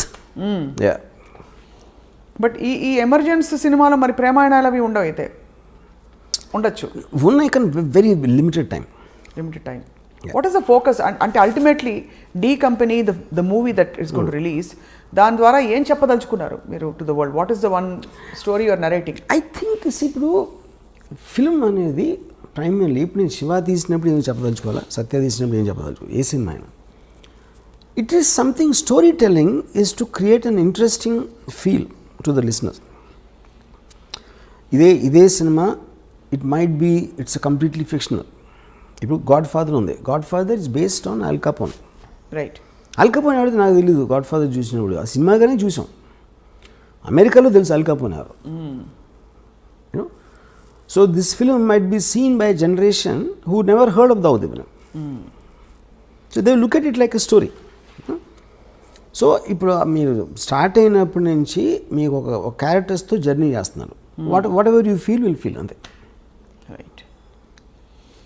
So wait చేస్తున్నాం Varma garu. Let's watch how D company is going to I won't say entertain, more like enlighten viewers about అంటే ఇలాంటి ఒక మాఫియా, ఒక గ్యాంగ్స్టర్, ఒక అండర్ వరల్డ్ ఉండిందని చెప్పి. ఇప్పుడు కూడా అండర్ వరల్డ్ జాడలు ఎక్కడైనా కనిపిస్తాయి Varma garu? We don't know. ఇప్పుడు అండర్ వరల్డ్ ఏంటంటే there are things underworld dormant ఉంటుంది, లేకపోతే ఆపరేషన్. డార్మెంట్ అంటే మీరు ఏం చేయకపోతే డార్మెంట్, అది అప్పుడు లేదని చెప్పినాం ఉంది. ఇప్పుడు ఫర్ ఎగ్జాంపుల్ 97, 2005లో కోట్లు అడిగారు, 5 కోట్లు 4 కోట్లు ఎక్స్ట్రాక్షన్. ఇప్పుడు 10 లక్షలు 20 లక్షలు అడుగుతారు. సో 10 లక్షలు 20 లక్షలు అడిగినప్పుడు ఏదో సెటిల్ చేసి ఒక 5-10 ఇచ్చేస్తారు. ఎందుకంటే 5-10 కోసం మళ్ళీ మనం పోలీస్ కంప్లైంట్ ఇచ్చి ఇది అది చేయాలి, ఆ తలనొప్పులు ఎందుకు రాని. అప్పుడు ఆ విషయాలు బయటికి రావు. ఆ బయటికి రానప్పుడు మనకి అండర్వరల్డ్ లేదనిపిస్తుంది. అదొక పాయింట్. రెండోది, ఎప్పుడైతే మీకు సొసైటీ అడ్వాన్స్మెంట్ పెరిగిన కొద్దీ ఆటోమేటిక్గా ఆర్గనైజ్ క్రిమినల్ సిండికేట్స్ పనిచేయవు. ఇప్పుడు 1920sలో ప్రొహిబిషన్ టైంలో వచ్చింది అమెరికాలో మాఫియా. ఆల్మోస్ట్ 1970కి అయిపోయింది. 1970 నుంచి అమెరికాలో మాఫియా అనేది లేదు అసలు. సేమ్ థింగ్ ఇండియాలో 90s తర్వాత ఇంతవరకు కొత్త గ్యాంగ్స్టర్ అనేవాడు రాలేదు. ఆవిడ 1995 ముందు వరకు వచ్చారు, కానీ 95 తర్వాత లాస్ట్ 20 yearsలో you not see anyone. But what is the reason? Police వ్యవస్థ ఇంకొంచెం పటిష్టమైంది. yes, of course, 100%. అంటే ఇంకోటి మీకు బ్రాండ్ నేమ్ రావడం కష్టం. ఇప్పుడు బ్రాండ్ నేమ్ ఇండిపెండెంట్గా పేరు లేకుండా ఆయన క్రైమ్ చేయొచ్చు, కానీ డీ కంపెనీ ఫలానా దావుద్ ఇబ్రహీం, ఫలానా అబూ సలీం, ఫలానా చోటా షకీల్ అనేది అది సేమ్ రీజన్. ఫ్యాక్షనిజం కూడా అంతరించిపోవడానికి అదే కారణం. As much as it's unrelated. Yeah, నిన్న ఇక్కడ మేరీపట్నం దగ్గర జరిగిన హత్య చూసారా? నేను చూడాల. Brutal murder. 2 లాయర్లు ఒక 2 వారాల క్రితం మర్డర్ అయ్యారు. అది రోడ్డు మీద చూసారా? అవును. అంటే వన్ వండర్స్. ఇప్పుడు కూడా అదే సిమిలర్. ఒక పవర్ స్ట్రగుల్లో ఒక వ్యక్తి వచ్చి, అఫ్కోర్స్ అర్ధరాత్రి జరిగింది ఇది, ఇంకో వ్యక్తిని తలపై కటా కటా కటా కర్రేసి కొట్టేసి, అండ్ పొలిటికలీ కనెక్టెడ్ అని వినికిడి వస్తే ఇంకా అఫ్కోర్స్ ప్రాథమికంగా బయటపడుతున్న విషయాలు. బట్ జస్ట్ నాకు ఇంకోటి ఏంటంటే, ఇప్పుడు లాస్ట్ ఫ్యూ ఇయర్స్లో ఈ రోడ్ల మీద చంపడం అనేది ఎన్నో సార్లు చూసాం. టూ మెనీ అయిపోయాయి. కానీ నా ఉద్దేశం అది ఎప్పుడు జరుగుతుంది, ఇప్పుడు సెల్ ఫోన్లు మనం తెలుస్తున్నాయి మనకి అని నా ఫీలింగ్. ఇంత దారుణంగా ఎప్పుడు జరిగాయి వర్మ గారు? సెల్ ఫోన్ వీడియోస్ వలన మనకు తెలుస్తుంది. యాక్చువల్గా ప్రతి ఓడి చేతిలో వీడియో తీసేసే పరికరం ఉండటం వలన ఈ బయటకు వస్తున్నాయి. అంతకుముందు ఇలాగే జరుగుతుంది, అది ఉండి ఇప్పుడు కొత్తగా రోడ్డు మీద చంపుదాం అని ఒక fresh batch of thinking. I doubt that is the point. చాలాసార్లు మర్డర్స్ ఎప్పుడు మీ దారిలో ఉన్నప్పుడు, ఎందుకంటే మీ ఇంట్లో ఉన్నప్పుడు ఎక్కడికి వెళ్తున్నప్పుడు కాకుండా ఈ రోడ్లో వస్తాడు అన్న ప్లానింగ్స్ చాలా ఎక్కువ ఉంటాయి. చాలా ఫ్యాక్షన్ మర్డర్స్ కూడా జరిగినాయి. అదే అండర్ వరల్డ్ కూడా అదే జరుగుతాయి. I think it is cell phones which are making us feel ఏదో ఈ మధ్యన స్టార్ట్ అయినాయి అన్నట్టు. రైట్. యా. వర్మ గారు, మీరు పాడిన పాట మా కోసం బిఫోర్ వి వైండ్ అప్, చాలా ఫిలసాఫికల్ పాట, కత్తులతో సావాసం తర్వాత. हम आते हैं खाली हाथ, जाते हैं खाली हाथ. అది అంతే ఫిలసాఫికల్గా డీప్గా పాడారు. No. But it is actually quite surprising to see. ఒక సీరియస్ సబ్జెక్ట్కి మీరు ఎంత ఆబ్జెక్టివిజం, ఎక్కడ ఎమోషన్ ఇంటర్ఫియర్ కాకుండా ఆబ్జెక్టివ్గా ఒక కథని కథగా చూసి, ఒక వాస్తవాన్ని ఎన్ని అవాంతరాలు, సవాళ్ళు, క్వశ్చన్స్, క్రిటిసిజం వస్తాయని తెలిసి కూడా మీరు నేను చేసి తీరుతానని చెప్పి మరొకసారి ప్రూవ్ చేశారు. సో ఈ సినిమా అదే స్థాయిలో సో నేను ఇందాక చెప్దామని మర్చిపోయాను. నాకు ఇప్పుడు నేను క్రిమినల్ అవ్వలేను, ఇప్పుడు అవ్వను. కానీ క్రిమినల్ ఆర్గనైజేషన్ ఎవడన్నా పెడతానంటే నేను మంచి కన్సల్టెంట్ అవ్వచ్చు. Criminal organisation consultant. అప్పుడు ఎవరెవరు కాదు, ఏ గ్యాంగ్స్టర్స్ ఏ తప్పులు చేశారు అది మనకి రిట్రాస్పెక్ట్లో చూసాం కాబట్టి ఆ కారణాలు అర్థమైనాయి. కాబట్టి ఇలాంటివి చేయకుండా ఉండాలి, ఇలాంటి సజెషన్లు. అలా కాకుండా పోలీసులకే ఇవ్వచ్చు కదా సలహాదారుగా, సలహాలు పోలీసులకి ఇవ్వచ్చు కదా. అంటే కాదు, ఫస్ట్ ఆఫ్ ఆల్ పోలీసు కూడా ఇస్తాం. పాయింట్ ఏంటంటే పోలీసులు క్రియేట్ జరిగేది క్రిమినల్ ఆర్గనైజేషన్. ఇప్పుడు ఎవడో కొత్తగా కూడా కంపెనీ పెడదాం అనుకుంటున్నాడు, వాడు కన్సల్టెన్సీకి వెళ్తాడు. ఎందుకంటే కన్సల్టెన్సీ ఇలాంటి కంపెనీలు ఎన్నో ఉన్నాయి, వాడి హిస్టరీ ఏంటి, బ్యాక్గ్రౌండ్, ఆ మటీరియల్ అంతా ఆడి దగ్గర ఉంటుంది. ఆడు చెప్తాడు ఏది చేయాలి చేయకూడదని ఏదో సలహాలు వేస్తాడు, which is why it's called consultancy. అది నేను మంచి కన్సల్టెంట్ అవుతాను, కొత్తగా ఎవడన్నా దావుద్ ఇబ్రహీం అవుదాం అనుకుంటే అని. మీరు ఆ సేవల్ని మీరు అందించడానికి సిద్ధంగా ఉన్నారు ఈ రీసెర్చ్ అంతా చేసిన తర్వాత. మీరే ఎందుకు పెట్టరు అసలు? నేను that's the whole point. My interest is to study the criminal psychology. తలకాయ నొప్పని చేయరా అంటే అవన్నీ సరే. And I believe it doesn't work. First of all, crime doesn't work 99.9% of the time. ఏదో ఒకళ్ళు ఇద్దరు సక్సెస్ఫుల్ అయిపోయి బయటకు వచ్చేయడానికి ఛాన్స్ ఉంది, కానీ all of them will either die or end up in jail for sure. And you don't like both? Yeah, why should I? I'd rather really study them and make films. Yeah. So మీరు వాళ్ళకంటే తెలివైన వారు. వాళ్ళ కథల్ని వాడుకుని ఇష్టం వచ్చిన పద్ధతిలో మీరు సినిమాలు తీసి మీరు making money, making a name for your self and creating a controversy and remaining in the centre of things when the actual criminal who gave you the story is not around. Yeah. So most తెలివైన model Ram Gopal Varma గారిది. Yes sir. So on that note, criminals వేరే మీద బతుకుతా ఉంటే నేను criminals మీద బతుకుతున్నా. అదే Yeah. అదే దిగులు వస్తుంది. In fact నాకు ఎవరంటే వై దావుద్ ఇబ్రహీం అంటే because I owe my living to him అని చెప్పి. దావుద్ ఇబ్రహీం అని వాడు పుట్టకపోతే నేను గ్యాంగ్స్టర్ సినిమాలు చేయగలిగాను. గ్యాంగ్స్టర్ సినిమాలు చేయలేకపోతే అసలు నాకు starting from Siva to Satya to company to D company ఆయన ఒక్కడే స్ఫూర్తా? See, underworld came from him, no? అది నా పాయింట్. సో ఫస్ట్ మీ క్రిమినల్ ఇన్ఫ్లుయెన్స్ మీ మీద ఆయనదే. మీ ఇంట్లో ఫోటో ఉంది, ఆయన పూజ చేసుకుంటారేమో అని. ఫోటో ఏంది, మొత్తం నా మైండ్ అంతా అదే ఉంది. నా హృదయంలో ఉన్నాడు. మీ హృదయంలో ఎవరో వచ్చి ఇప్పుడు మీ ఆఫీస్ మీద దాడి చేస్తారేమో అని భయంగా ఉంది. బాగా తెలుసు అని చెప్పేస్తారేమో మీరు. చాలా మంది నమ్ముతారు అది. నీకు తెలిసిన యాక్చువల్లీ నేను ఇంకా నమ్ముతున్నాను. అంటే నేను ఇంకా నాకు ఎక్కడో లేలగా డౌట్ ఉంది. అంటే ఈ సినిమా తీయించింది ఎలాగో ఎంప్లాయర్స్ ఎవరో తెలియదు కదా ఈ మోడల్లో. తెలియదు ఎవరు పెట్టుబడి పెట్టించి ఆ చిన్న బుజ్జి సరదా వర్మగారి చేతో సినిమా తీయించుకుందామని సరదా తీర్చుకుంటున్నారేమో అని. సలీం ఫ్రూట్ అని ఒక ఈజ్ యాక్చువల్లీ చోటా షకీల్స్ బ్రదర్ అన్నవాడు. అతను కలిసాను బాంబేలో. నేను దావుద్ ఇబ్రహీం గురించి మాట్లాడుతూ ఉంటే తన ఎక్స్ప్రెషన్ అదేంటి చూస్తున్నాడు. అంటే తనకి బాగా క్లోజ్. తనకు తెలిసిన మనిషి గురించి నేను వీడి దగ్గర వింటున్నాను అనేది మాట ఎక్స్ప్రెషన్. అంటే obviously he has a different vision. అదే ఇప్పుడు యాజ్ ఎ ఫిల్మ్ మేకర్ ఇప్పుడు నేను ఒక చిన్న టైంలో ఒక మనిషి జీవిత కథని నేను ఇంత టైంలో చెప్పాలంటే ఆటోమేటిక్గా ఒక సినిమాటిక్ ఆస్పెక్ట్ ఉంటుంది. దావుద్ ఇబ్రహీం ఎలా మాట్లాడతాడు, ఏం మాట్లాడతాడు ఒక చెప్తాను. అదే లైను తను ఎప్పుడు వినలేదు అనుకోండి, ఈ సలీం ఫ్రూట్ అనేవాడు ఆటోమేటిక్గా look it a very fake thing. ఇప్పుడు Dawood Ibrahim is not educated గా. ఇప్పుడు నేను చాలా ఫిలాసఫికల్గా మాట్లాడుతూ ఉంటే Dawood Ibrahim philosophy, for example నేను ఇవాళ ఒక ట్వీట్ పెట్టాను, I never intended to be a criminal, I'm just using crime to fast track my legitimate success. Dawood Ibrahim అని కోట్ చేశాను. అది 100% దావుద్ ఇబ్రహీం అని ఉండదు, నాకు తెలుసు. ఆయనకి ఇంగ్లీష్ వచ్చి ఉండదంట ఎగ్జాక్ట్లీ ఫ్రేజ్ హిందీలో కూడా అని ఉన్నాడు. కానీ నేను అర్థం చేసుకునేది ఒక స్పిరిచువల్గా పెట్టిన. ఫర్ ఎగ్జాంపుల్ గాంధీ సినిమాలో గాంధీ అన్న ఏ డైలాగ్ కూడా తను ఇప్పుడు అనలేదు లైఫ్ టైంలో. అది రిచర్డ్ యాటన్బర్గ్ స్క్రీన్ ప్లే డైలాగ్స్ ఆయన. సో మీరు స్పిరిట్ని క్యాప్చర్ చేసినప్పుడు which is what art is about. Art is about what it could be, not about what it is.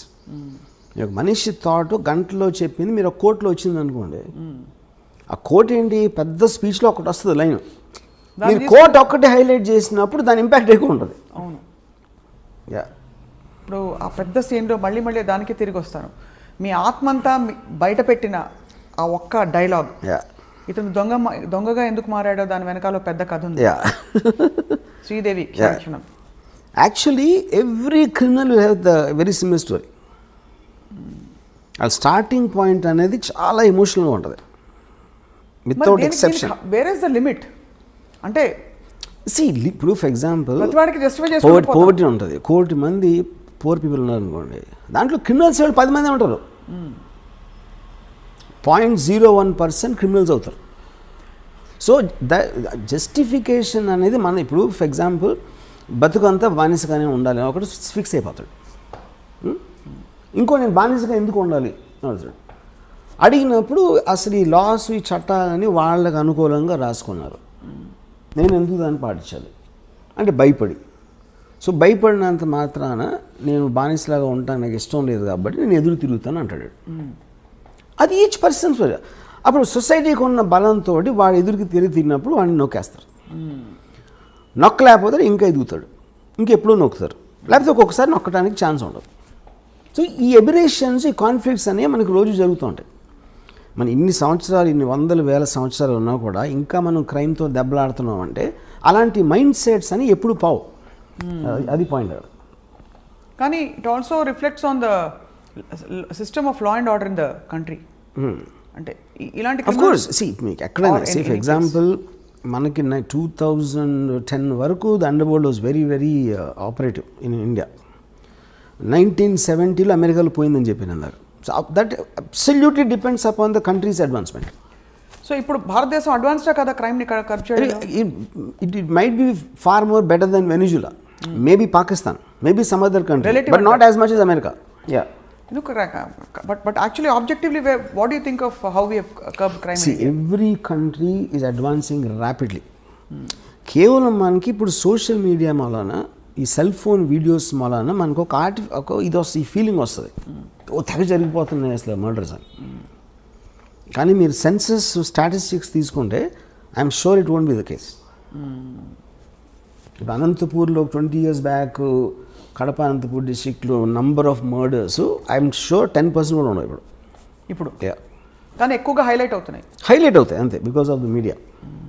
So Dawood Ibrahim గ్యాంగ్స్టర్ని ఇండియా వెతుకుతున్నప్పుడు ఇండియాలో పట్టుబడి ఆయన జైలుకి వెళ్తే మీరు సంతోషించారా? మీకు ఏ ఫీలింగ్స్ ఉండవా? ఏ ఫీలింగ్స్ ఉండవు. ఎందుకుండవు? Because I am like I said, I am a studier of the underworld. I don't have an emotional connection with them. But you are also a citizen of the country, sir. Yeah. So you don't have any emotions for a man being caught? Yeah, because like I said, ఇందాక చెప్పాను కదా, ఒక మనిషి ఇంకొకరిని చంపే పరిస్థితి వీడికి ఎందుకు వచ్చింది, చచ్చిపోయేంత పరిస్థితి వాడికి ఎందుకు వచ్చింది, ఈ ఒక్కదాని మీద నాకు ఇంట్రెస్ట్ ఉంటుంది. Because I don't want to be judgmental on things which I did not experience myself. Are you judgmental about things at least you experienced? My experience అంటే మీ లైఫ్లో మీకు ఎప్పుడైనా భయాలు ఏ మనిషి అయినా వాడు అది చేసినప్పుడు వాడికి ఒక కన్విక్షన్తో చేస్తాడు, యూనో. సో అలాంటప్పుడు నేను చేసినప్పుడు నేను క్రైమ్ అనుకున్నది, ఏ మనిషి కూడా క్రైమ్ చేస్తానని అనుకుని చేయడు. బికాజ్ వాడి మైండ్లో ఏదో ఆడికి ఒక కన్విక్షన్ ఉంటుంది. ఇందాక నేను చెప్పినట్టు. So are you telling me Dawood ఇబ్రహీంకి ఇవన్నీ చేయించినప్పుడు నేను తప్పు చేస్తున్నది చట్ట విరుద్ధం అని తెలీదా? చట్ట విరుద్ధం వేరు. చట్ట విరుద్ధం అనేది వాళ్ళు ఎలా చూస్తారంటే పోలీసులు మాకన్నా కరప్టు, పాలిటీషియన్స్ మాకన్నా కరప్టు, వాళ్ళు సిస్టమ్ని అడ్వాంటేజ్ తీసుకున్నప్పుడు నా చేతనతో నేను తీసుకుంటున్నాను అని ఆలోచిస్తారండి. They believe 90% of the people are idiots. Power పొజిషన్స్లో ఉన్న అందరికీ కామన్ థాట్ అది. పోలీసులు అదే అనుకుంటారు, పొలిటీషియన్స్ అదే అనుకుంటారు, అండర్వరల్డ్ కూడా అదే అనుకుంటారు. సో ఎవరికొన్న సిచ్యువేషన్లో ఎవరికొన్న పవర్లు మేము ఎలా తీసుకోవాలి, ఎలా బయటపడాలి అని ఒక్కటే ఆలోచిస్తారు. కానీ they will never think about themselves consciously doing something wrong. So you feel that Dawood Ibrahim never ever feels he has done something wrong? No. No అంటే way. despite the fact that the whole country is looking for him, See, whole he's under country, radar. whole country is a very media. whole country అంటే అది చెప్తాను. See, అది సంబంధం లేని వాళ్ళు ఆలోచిస్తాను, వాళ్ళు ఆలోచిస్తారు. ఇప్పుడు మన ఇద్దరం ఉన్నాం, మనకి ఏంటి అండర్ వరల్డ్ ఏం కనెక్షను? ఇప్పుడు ఈ కెమెరామెన్కి ఏం connection? Then he never touched any part of our life. Okay, so they don't care about us. వాళ్ళు డైరెక్ట్గా ఇన్వాల్వ్ అయిన వాళ్ళు, అది పోలీస్ ఆఫీసర్లా, ఏదో బిజినెస్ మ్యానా, వాళ్ళ దాని మీద వాళ్ళ మనలాగే మీరు ఇంటికి వెళ్ళినప్పుడు మీ ఫ్యామిలీ, మీకు ఉన్న ఇమీడియట్ కలీగ్స్, వాళ్ళు తప్పిస్తే మిగతా ప్రపంచం, మిగతా హైదరాబాద్ సిటీకి మనకేం కనెక్షన్ అసలు? నిజంగా అంత డిటాచ్డ్గా డిస్కనెక్టెడ్గా ఉంటారు మనిషి. అందరూ ఉంటారు, వాళ్ళే కాదు. మనిషి అన్నవాడు ఎప్పుడు వాడి పరిధిలోంచి బయటికి వెళ్ళి వాళ్ళు ఏమనుకోండి, వాళ్ళ పరిధిలో ఉన్న వాళ్ళ గురించి ఆలోచిస్తారు మ్యాక్సిమం, అది అప్పర్ లిమిట్. సో ఈ బిఫోర్ అంటే వైండప్ చేసే మేము ఒక చిన్న ఎగ్జాంపుల్ చెప్తాను. చెప్పండి. చోటా రాజాను ఒక మనిషి సౌత్య అని, అతను బాగా ఒక అంటే ప్రాటజీ అన్నమాట, ఆల్మోస్ట్ తమ్ముడిలాగా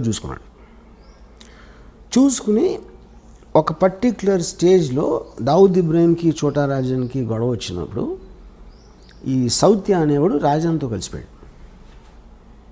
కలిసి చోటా రాజాని చంపడానికి ప్లాన్ చేసి, ఆ ప్లాన్ ఏమో వర్కౌట్ అవ్వలేదు. చోటా రాజాని పారిపోయిన తర్వాత ఇదంతా దుబాయ్లో జరిగింది. దుబాయ్లో చోటా రాజాని కోపంతో వాడు నేను తీసుకొచ్చి ఆయన అంత పొజిషన్ ఇస్తే నన్ను చంపడానికి ట్రై చేసి దావుద్ బాయ్తో చేతులు కలుపుతాడు, ఆయన చంపి తీరాలని. పక్కన వాళ్ళందరూ ఇంపాసిబుల్, అది దుబాయ్లో ఉన్నాడు, మీరు దుబాయ్లో అనే మర్డర్ అనేది ఎప్పుడు జరగలేదు.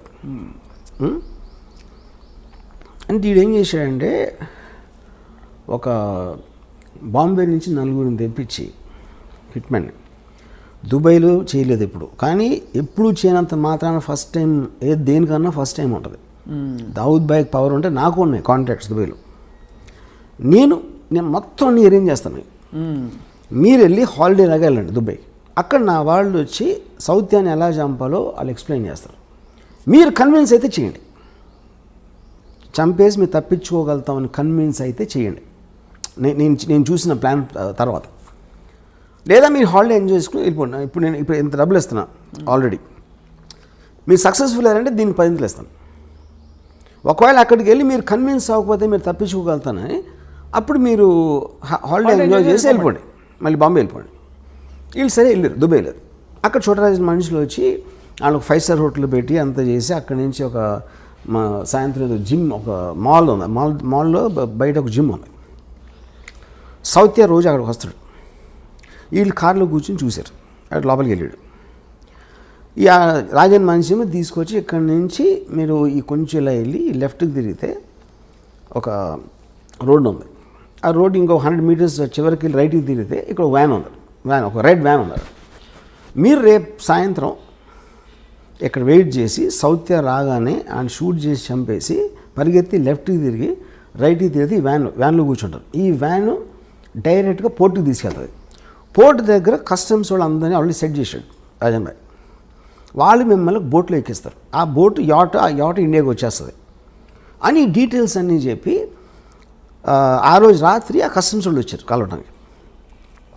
వచ్చి వాళ్ళందరూ డ్రింక్స్ తాగి, ఆ కస్టమ్స్ ఆఫీసర్ ఏం చెప్పాడంటే, ఈ బ్లూ గేట్ ఒకటి ఉంది మీ పోర్టులోకి వచ్చిన తర్వాత, ఆ బ్లూ గేట్ దగ్గర నేను ఉంటాను, నేను ఫ్రంట్ సీట్లో ఎక్కుతాను, యూనిఫామ్ నేను ఫ్రంట్ సీట్లో ఎక్కని ఎవడు నా ఆ వ్యాన్ ఆపడం, నేను డైరెక్ట్గా తీసుకెళ్ళి మిమ్మల్ని యాట ఎక్కిస్తాను అని చెప్పాడు. ఈ మొత్తం ఎలాబరేట్ డీటెయిల్ అన్నీ స్టడీ చేసి ఫైనల్గా కన్విన్స్ అయ్యాడు. కన్విన్స్ అయ్యి ఓకేనా. నెక్స్ట్ డే సాయంత్రం వచ్చాడు సౌత్య, కిందకి దిగి టపా షూట్ చేశారు. షూట్ చేసి పరిగెత్తారు, లెఫ్ట్ టర్న్ తిరిగారు, రైట్ టర్న్ తిరిగితే వ్యాన్ లేదు అక్కడ. వ్యాన్ లేదు, ఇవాళ ఇటు హెల్టర్ స్కెల్టర్ అయిపోతే ఈ లోపల దుబాయ్ పోలీసులు వచ్చి పడుకున్నారు. ఇంట్రాగేషన్లో రాజన్ మనుషులు అని చెప్పారు, అది రాజన్ కావాల్సింది. Rajan never wanted them to be escaping. ఈ కస్టమ్స్ వాళ్ళు ఎవరంటే వాళ్ళు యాక్టర్లు, వాళ్ళు కస్టమ్స్ ఆఫీసర్లు కాదు. వాళ్ళు వచ్చి కస్టమ్ ఆఫీసర్ లాగా చేసి వీళ్ళకి నమ్మకం కలిగించడానికి అలా మాట్లాడి ఈ ఫోటోలన్నీ చూపించాడు. My goodness. ఓకే, ఇప్పుడు ఎందుకు చేశాడు చోటరాజన్ ఇది?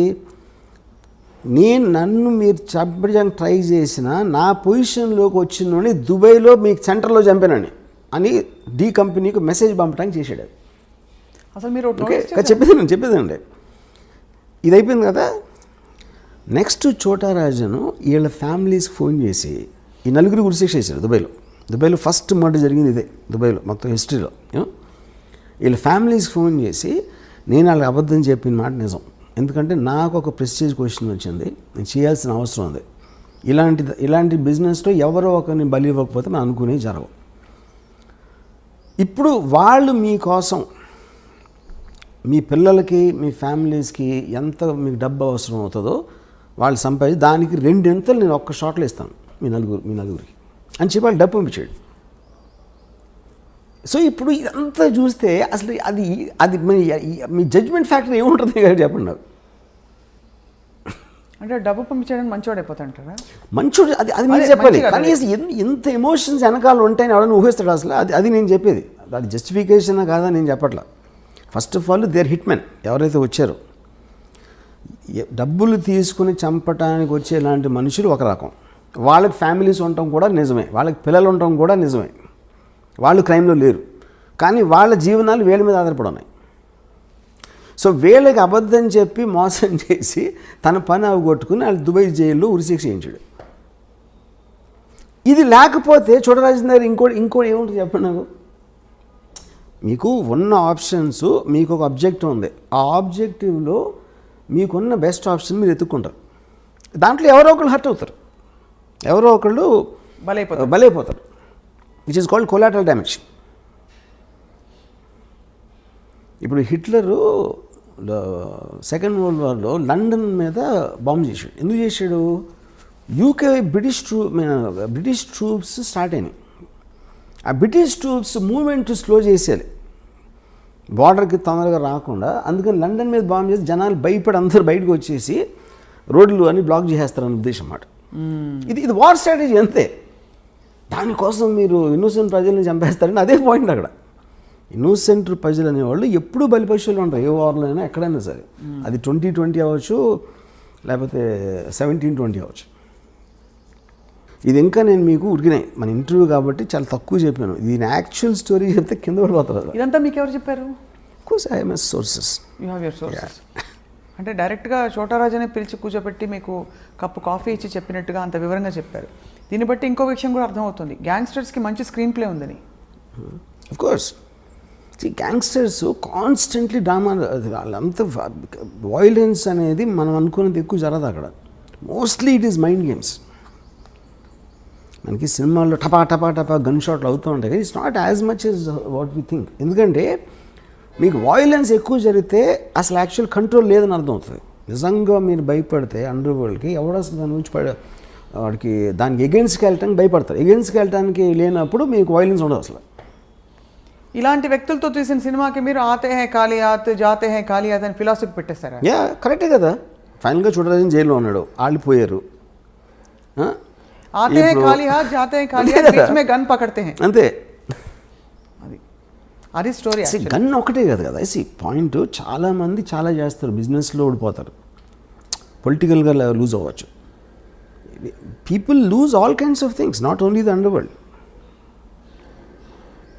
But it is no wonder and no surprise that this is such a fascinating thing for you, because వింటూ ఉంటేనే అసలు ఇప్పుడే మీ సినిమా అంతా యాక్చువల్గా ఈ Chhota Rajan episode it is one of the most striking things I heard. నేను 5% కూడా చెప్పాల యాక్చువల్గా.